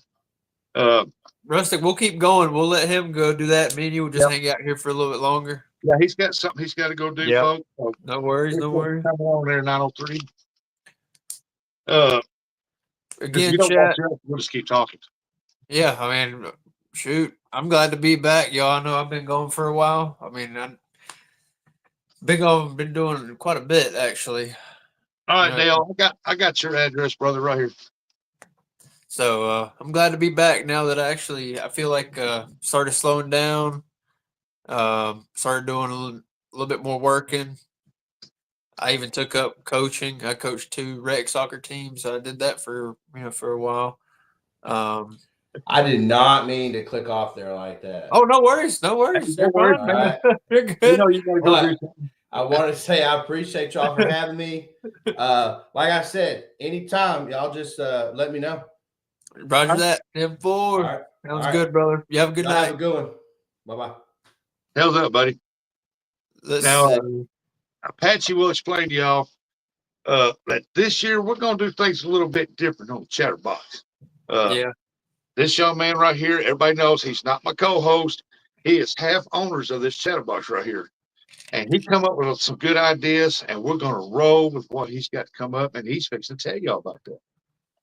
Well, like I said, our ideas, man. It's just now whenever I felt comfortable, I told Rustic, I was like, hey, let me just let things calm down for me. And I was like, uh, now that I'm back, this fishing community has grown so much, so much. There's so many new people uh, that fish different types of species. And that's something I was like, you know what? Let's include everybody. Let's not leave nobody out. Uh, let's go ahead and even if it don't matter who it is, if anybody that wants to get up here, talk about their experiences, stuff like that. I mean, y'all are more than welcome. Just hit us up, either one, me or Rustic, either one. Um, I'll post my email in the after this video, after we're done on the live or whatever. I'll post my email in the comments. If anybody ever wants to just email me, just let me know and we'll set a date up and do something like that. But let's see. I mean, we don't even know what topic we're doing next. Today is crappie. So who knows? Next time might be bass or I'm just messing with bluegill Dale. or I don't know. Or we might even just randomly do a hunting thing. I don't know. But we just want to include everybody. Anything outdoors, anything with family, friends. Uh, We're going to do with the wrap. so that's what this show is going to be. It's going to be a little bit more. Yeah, we're gonna take this a different route. Yeah. Last time we was on the Chatterbox stuff, we had a lot of people that came in and stuff. And we had a good following, and we most talked about catfish. So we decided to do something a little different. We're going to pay tribute, homage to other species of fish and other fishermen that fish for those species of fish. Yeah. And and because catfish is great, wonderful. A lot of people love it. We all do. We all done it, and we all do it and everything. But a lot of people they go out and catch crappie and bass, but they don't talk too much about that. Yeah. So we want to now, Dale. This might not be the box it comes in, but it's the box I'm gonna put this in. Yeah, it'll be all right. It'll work as long as it comes in a box. Let's see. I will be putting it in a bigger box and sending it to you, buddy. It says Right. Crappie Day, Darren. I don't know if I can post my link. I don't know if I can post my own link right now. I don't think. So I drop Apache's link because like with me, and that's one thing that's going to stay the same as last time is that at least the first 20, 30 minutes, our special guest links get dropped and Apache's gets dropped. I don't care if mine gets dropped as long as Apache's and our guest gets dropped. Then after that, you can drop whoever's link you want to. I mean, Because that's why we have the I'm guests in fine. here, And because I we just want to seen promote them. Darren asked about it, and I was well. But yeah, I hope everybody, I hope everybody has a great 2025. Yeah. This year is going to be very awesome. I know we're already, quite a bit of days already into it, but like I said, I hope to hear from a lot of you. I really want to interview a lot of people. I want to interview a lot of people here in chat, and just to have a good sit down, a good talk. Like, hey, let me poke your brain a little bit. Shoot, like I said, we might do a hunt thing. I might get old Ernie Brown up in here and hear about his deer setup or something, or something like that. But Rustic, I got a 7'6" medium rod to put it on, and got 2 spinning rods. What do you mean it don't matter? What box I put it in? oh yeah. I have But a box to that, and I got a shelf right here, as everybody can see. I got a shelf right here that I put my line and all my reels on. And even though who is that? R2D2 or CP3? CP3. Whatever name is. Can't remember. Uh, anyway, got them set on the shelf when my 3-year-old granddaughter decides she wants to play with the boxes, and I guess she's tore them and I throw them away. I didn't think about it, but I got a box there. I'll put it in. Yeah, CP30, yeah. And it is good reel. Like I said, I've had no trouble with it, and I've caught carp with it, caught catfish with it, and y'all be looking for that for more reels coming in the future, because there's going to be more reels coming, guarantee it. Now, another thing too is I recently got a hold of a little. It's kind of like a John boat, kind of, but it's the ones they sell at Tractor Supply. It's 12-footer, and it's one of the You, Coleman, the big plastic ones. you. Yeah. Oh, So I mean, it's big enough you could put a small motor on it, but it's one of the big ones they sell at Tractor Supply. oh, look at But her. Patchy's going mobile. so hooking up a trolling motor to it, and shoot, I don't know. One night I might just do a little catfishing thing. Just post up one night. We'll do a live or something. Yeah.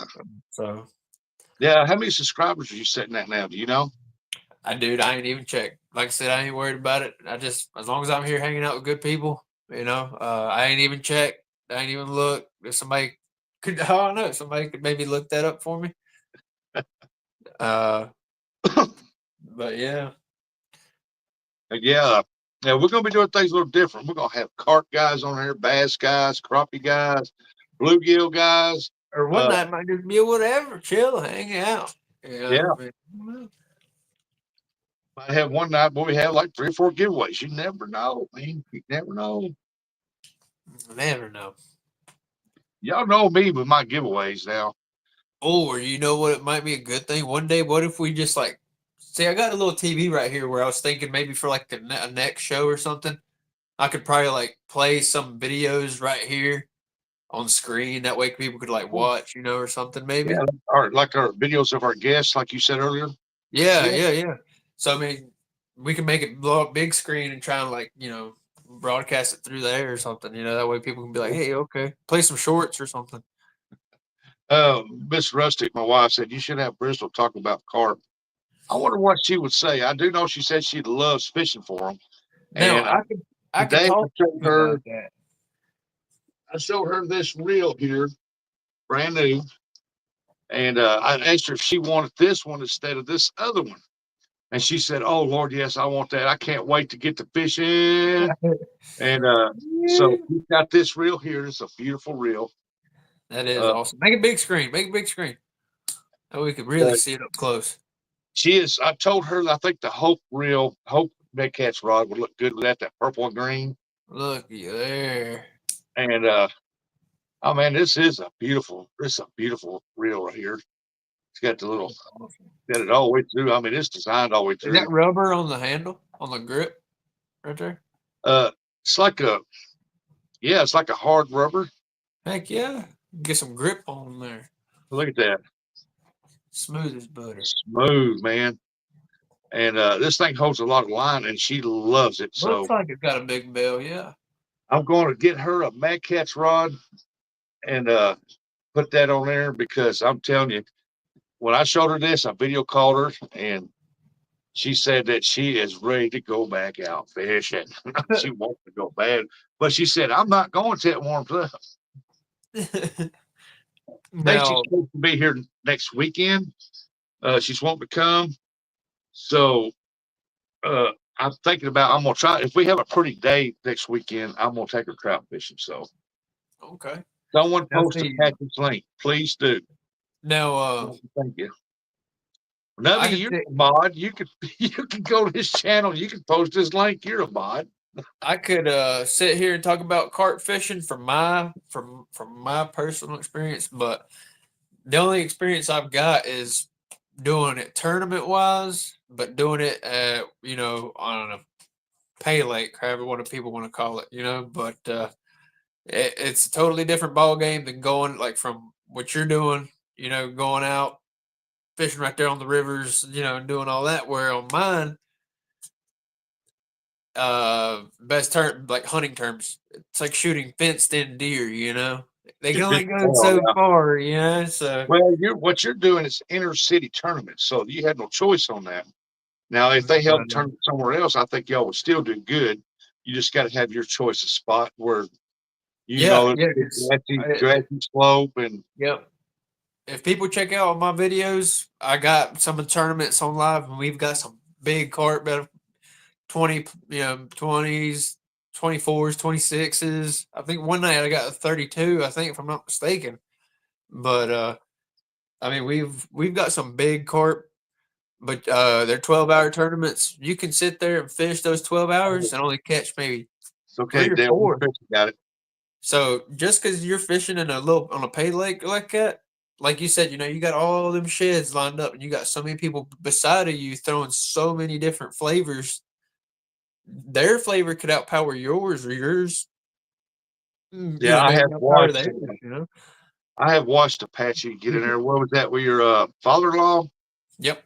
Uh, You fish follow in the it. tournaments. I've been up on the panel in the background talking to them, Yep. and I have watched people on this side of them and this side of them catch them, and they Everyone. wouldn't catch nothing. When they Yeah. finally catch one, it'd be a while, and the people here was catching like crazy. So Yeah. it's not like shoot fish in a barrel. I mean, just like he said, you got the right bait, they're going to hit. Yeah. And see, and that's why, like, that kind of like, the live scope thing, Everything was just because cat. you see it, just because you see them there, just because you know they're there, don't mean you're going to get them. And like I said, Russ, I mean, like, Russick just said, he's been on my panels up here, and he hears the scale just going off, hearing all these weights. And, so there's quite a bit of fish in there. There's not just maybe 100 to the whole lake. No, there's quite a Yep. bit in there. But there's some big ones, some 30 pluses. Some I think the Yeah, biggest one. it's pretty good size lake that they're fishing Yeah, into. yeah. I mean, it's a real nice fancy place. People want to check out some of the tournaments. And I I tricks, try oh my God, I they are tried to slick. post the timestamp, but I think I forgot to on the other ones. But on some of them, I do have timestamp. That way, you can just click the timestamp and fast Yeah. forward to the catch. But Now, this part that he's talking about that he catches them tournaments, they wouldn't just put in there at that time for them tournaments. These things have been in there because these carp are huge. So they have been in there a while. oh yeah. Now another thing too is we got 4 rod limit. Some people see to me another thing too was hold on. Oh, thank you, appreciate that very much. Thank you. Um, what kind of got me was doing my first tournament and hearing that beeper go off, going beep beep beep beep beep, and you run up. My first instinct's like setting the hook just like straight up, like doing this and then cranking down on it. Yeah. See, here's a whole different ball game. You like say my rod's laying this way, you got to hold it from the back, hold it from under the reel. You got to snap it, kind of like a baseball. Where they say you got to snap it like that. When you're coming off with it. Yeah. Same thing here. You're flicking it and you're running towards the shed. You're running backwards because apparently if you set the hook like this, you're going to pull it out from under it, Whereas if you set it like this, you're doing a straight pull clean, like a clean pull straight forward. And I was like, golly, I miss some good fish just because of the hook set on that, Yeah. So Apaches do me on my videos and my posts like that, and all of a sudden they go, wow, wow, wow, wow. they go beep beep beep beep. Yeah, I mean, hearing that The beeper, whole it gets my hard don't blood do that. going. But yeah, there's like I said, please people check out them some of the tournaments that we've done, and even if you just fast forward through it, watch a little bit. I mean, there ain't much talking. It's just literally just sitting, hanging out. And another thing too is the way the baits that we use. Some people go with oats. Some of these pay lakes, they have time changes. During one set of months, it might be oats. Then mid-season, mid-year, you'll be fishing rice, like just sticky rice, or you might be using bread through maybe 2 months. Sometimes it might be chow. You might be fishing with chow for 2-3 months. And sometimes that can really affect on your catch, because you might have the guy next to you throwing oats, because everybody wants to go oats, and so that's majority of what the baits are going to be out there. But if you're throwing like, hey, well, if he's throwing oats and he's throwing oats, but they ain't catching nothing, sometimes we'll have a pack of rice and we'll just make a big rice ball, put a different flavor on there and throw it out there, and then boom, we figured out what it is. Then we're getting on it. Then we're catching 20-24 carp in a 12-hour period, and when you got money on the line, every pound counts, every little ounce counts. So you quickly got to figure out, they want maybe grape flavor, they might want strawberry, they might want banana or peach or whatever. They got so many different options, so you got to key in to like maybe 5. We don't like to have more than 5 flavors, and we don't like to have more than oats, rice, and that's about it. Normally just them two. And bread, Now corn, some people have luck on corn, but we don't. That's one thing we don't really have much luck on. We've tried it, and that's how we know we don't have much luck on it. But That's why I got that video out of the pack bait that I make.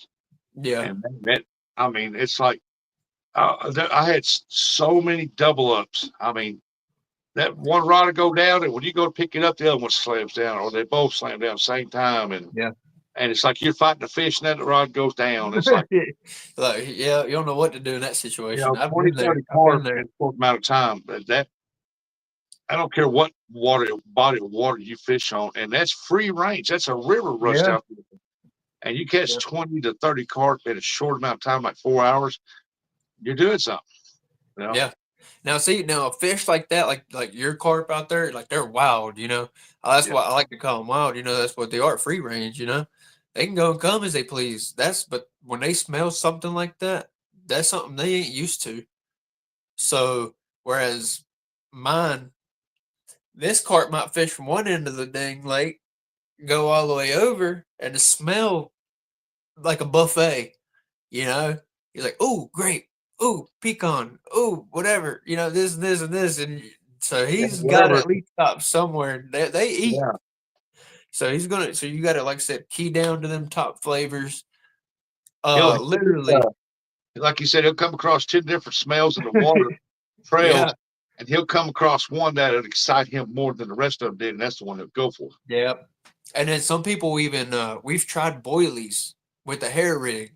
Some people are like, some people think that, oh, they're going after the chow, they're going after this, no, it's whatever your pop-up is. That pop-up is what also makes the difference. Some people go, their great grandpa or their grandpa or whoever might be like, hey, you got to go with the corn pops. Corn pops are OG. Put a little bit of some vanilla flavoring on it. Yeah. And put it right there in the middle of your pack bait, ball it. Some people are like, pops are the way to go. Some people like using popcorn I've heard of popcorn, when you put it in that pack bait. Popcorn, I've heard of that. But I was like, well, when you put a piece of popcorn in your mouth, it gets wet, don't it? And they said, depends on that pack bait.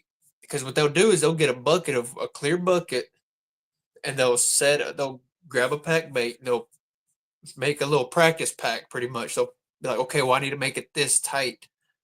So that way when it sits in the water, it breaks apart in like 10, 15 minutes. So like as soon as they drop it in the bucket, they're putting a timer on their phone, and they're like, okay, well, they're counting. Well, my bait breaks down in 15 minutes. So that should give them enough time to key in on what the bait is and then slowly break apart. So, but at the same time, I think they put something on the popcorn too that kind of helps delay the for it to set in. But mine stays on. It stays on the. I ain't got one here on my desk, but it stays on there. Yeah, and it's slow. Very slowly falls apart. But when the fish, the aroma coming out of it is so tantalizing to them that they come to it, they start messing with it and they start breaking it off there.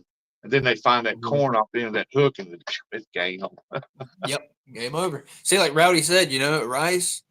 That's one of my newest things that I've heard. The rice with Texas Pete for the win, and that's true. I mean, some of these guys will literally buy Texas Pete by the gallon jug, and they'll use that quite a bit. I mean, I won't say they use the whole jug, but they will. Yeah, I was thinking about. They will put it in there. Everybody knows that I use yams in my pack bait, and that is a powerful attractant for carp. See, that's one thing that I ain't never heard. I might have to probably try that. Yeah, go look at my video, check it out. No, I did. Yeah, I seen it. I actually showed it to my father-in-law. I said, "Dude, I was like, look at my buddy, man." I was like, he's catching carp. But he's like, next time you have a tournament, just make some of that up, take it with you, and just throw one on the rod right there. I was thinking about using applesauce. I'm gonna try this year to mix it up. Okay, now if you're going to do that, because there's a guy that I know that he uses a fruit, like fruit juice kind of, but use that as your binder before you add any water. Before you put in the water, I'd go ahead and get all your ingredients in there, and then put the applesauce last, and go ahead and mix up what you can, because that applesauce will thicken it up quite a bit.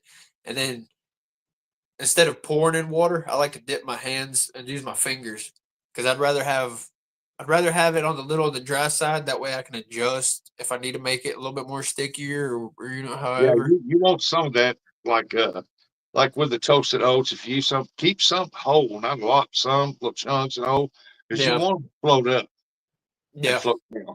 But see, that's like I said, I mean, you don't want to pack it too tight, because if you pack it super tight, that bait will literally sit there, even if it's oats. And if you sit there with that pack bait and you pack it so tight, we have had it sit in a bucket for like 30 minutes to 45 minutes and not break apart. Yo. Yeah, so like if you're making, like I said, always just carry a little small bucket. Make you a little practice ball. That way you're like, okay, well, I need to tighten it up about this much. Drop it in there and set you a timer, because that right there makes the difference. Oh, that makes the difference on like the currents you're fishing. The currents you're fishing. Yeah. That's when you would really, really pack it in. That way it sits there on the bottom, and they got plenty of time to sit there and look for it and try and peck at it by themselves. See what I'm talking about, folks? When you get him started on carp, he loves carp fish now. That's one of the shows that's coming up. We're gonna have a special guest on there, and and we're really gonna do get into in-depth carp, and we'll be giving some carp rigs away on that night. And man, I'm gonna tell y'all, there's so many different species of fish out there that you catch, and that put up a better fight. Because that's what it's all about, the fight. Everybody loves to throw that fight to that rod on there, man. That's why we go. I mean, we don't go just to muscle it in, For real. You can't. I mean, you want to feel that. I mean, it's just something about that fish that's running this way and that Over way. there, That over way, there. that way. You got them right there before you get them with the net, and they all of a sudden just start digging. I mean, they just sit there and dig. I mean, that Hey, thank goodness for drag, because sometimes if you ain't got drag just right, you're done. who's got a catfish clothing code I could use? You know, Rustic. I know Jody does. Probably Chad, Brian B, Freddie, and Oh you, no. Chris Souders. That But he's on there with the bait shop with them guys for all that. Uh, but yeah, we got, like I said, we got a lot of stuff coming up. We got a lot of plans coming up. This young man right here come up with them, and I said, "Hey, that's a good idea. Let's run with it. If that's what you want to do, we'll do it." And I'm telling you, we're going to explore a lot of different regions and alleyways and stuff like this for this year. Yep. About trying to get uh, people out and introduce them and say, "Hey, and bring them out of their shells." Yeah, no, I'll go crappie fishing. Hey, well, tell us about it. We want to know too. yeah. I mean, we all love catfish. Don't get us wrong. We all love to catfish. Plus, who knows? We might inspire somebody to go out and try a new type of fishing they ain't never done. Oh yeah, and like Apache said, we can still do like did like that last time. Hey, if you're out fishing while we're running the show, you can come on up. We'll watch the fish. I mean, who Yep. knows? Uh, Yep. I mean, Dominic Hodges caught his when he Oh moved up. yeah, yeah, he cut his He caught it TV, right yeah. here. And Carolina Real Screamers too. Shout out to Carolina Real Screamers. They remember they've done some fishing on here too. Yep. So yeah, Carolina Real Screamers. Shout out to them for sure. They're Oh yeah, because so, even though we got a guest on here and you're out fishing, hey, come on up. yeah, even if we're talking to them and you're fishing, hey, we'll sit here and we'll hang out and watch you. Even We if you don't need care what company. kind of fishing you're doing. I mean, if it's bluegill fishing, bait fishing, Holler. fishing, carp, bass, striper, pike, Yeah. muskie. I mean, if you're eel fishing, come on up. Email us if you say, "Hey, I'm gonna go do this type of fishing Wednesday or Thursday." If you boys, one of you boys are available. If Rustic can't do it on his channel, get a hold of me and we'll do it on my channel.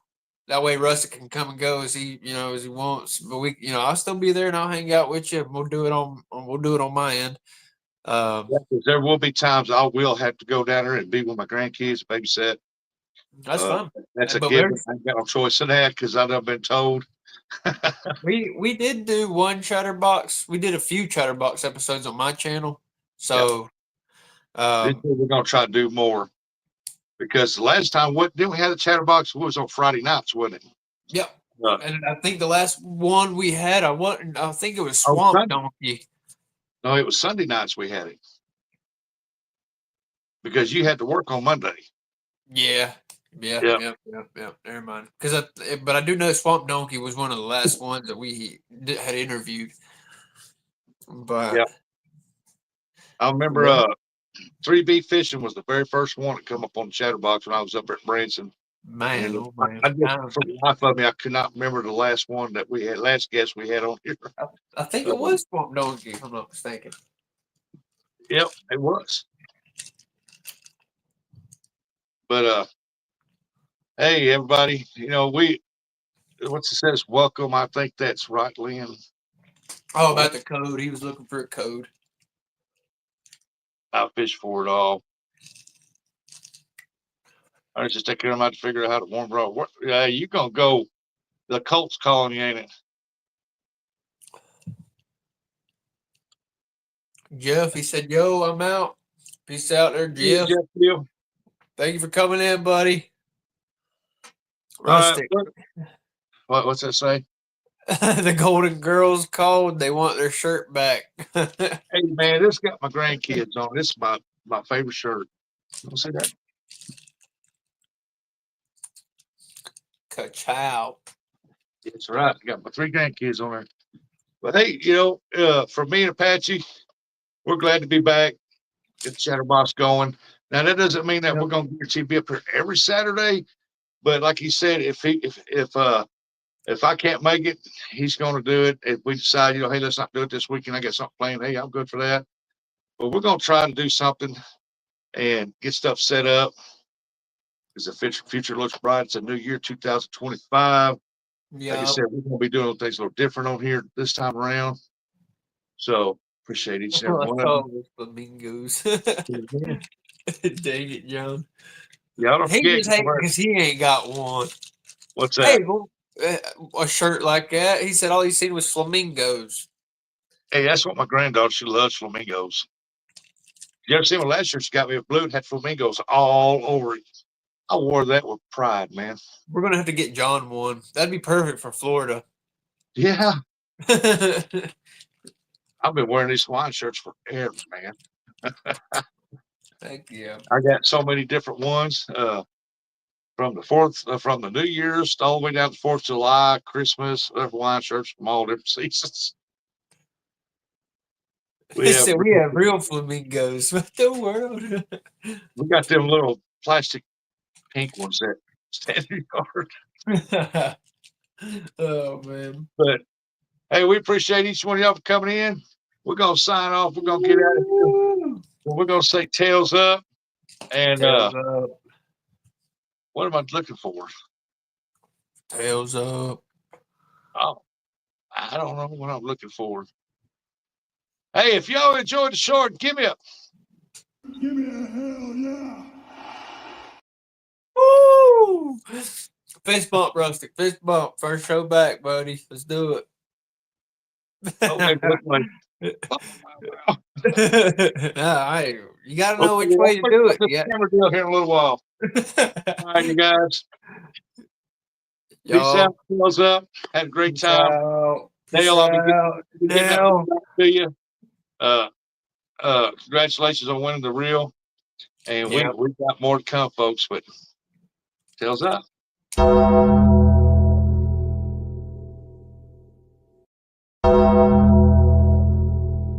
Appreciation Society. And that's entertainment.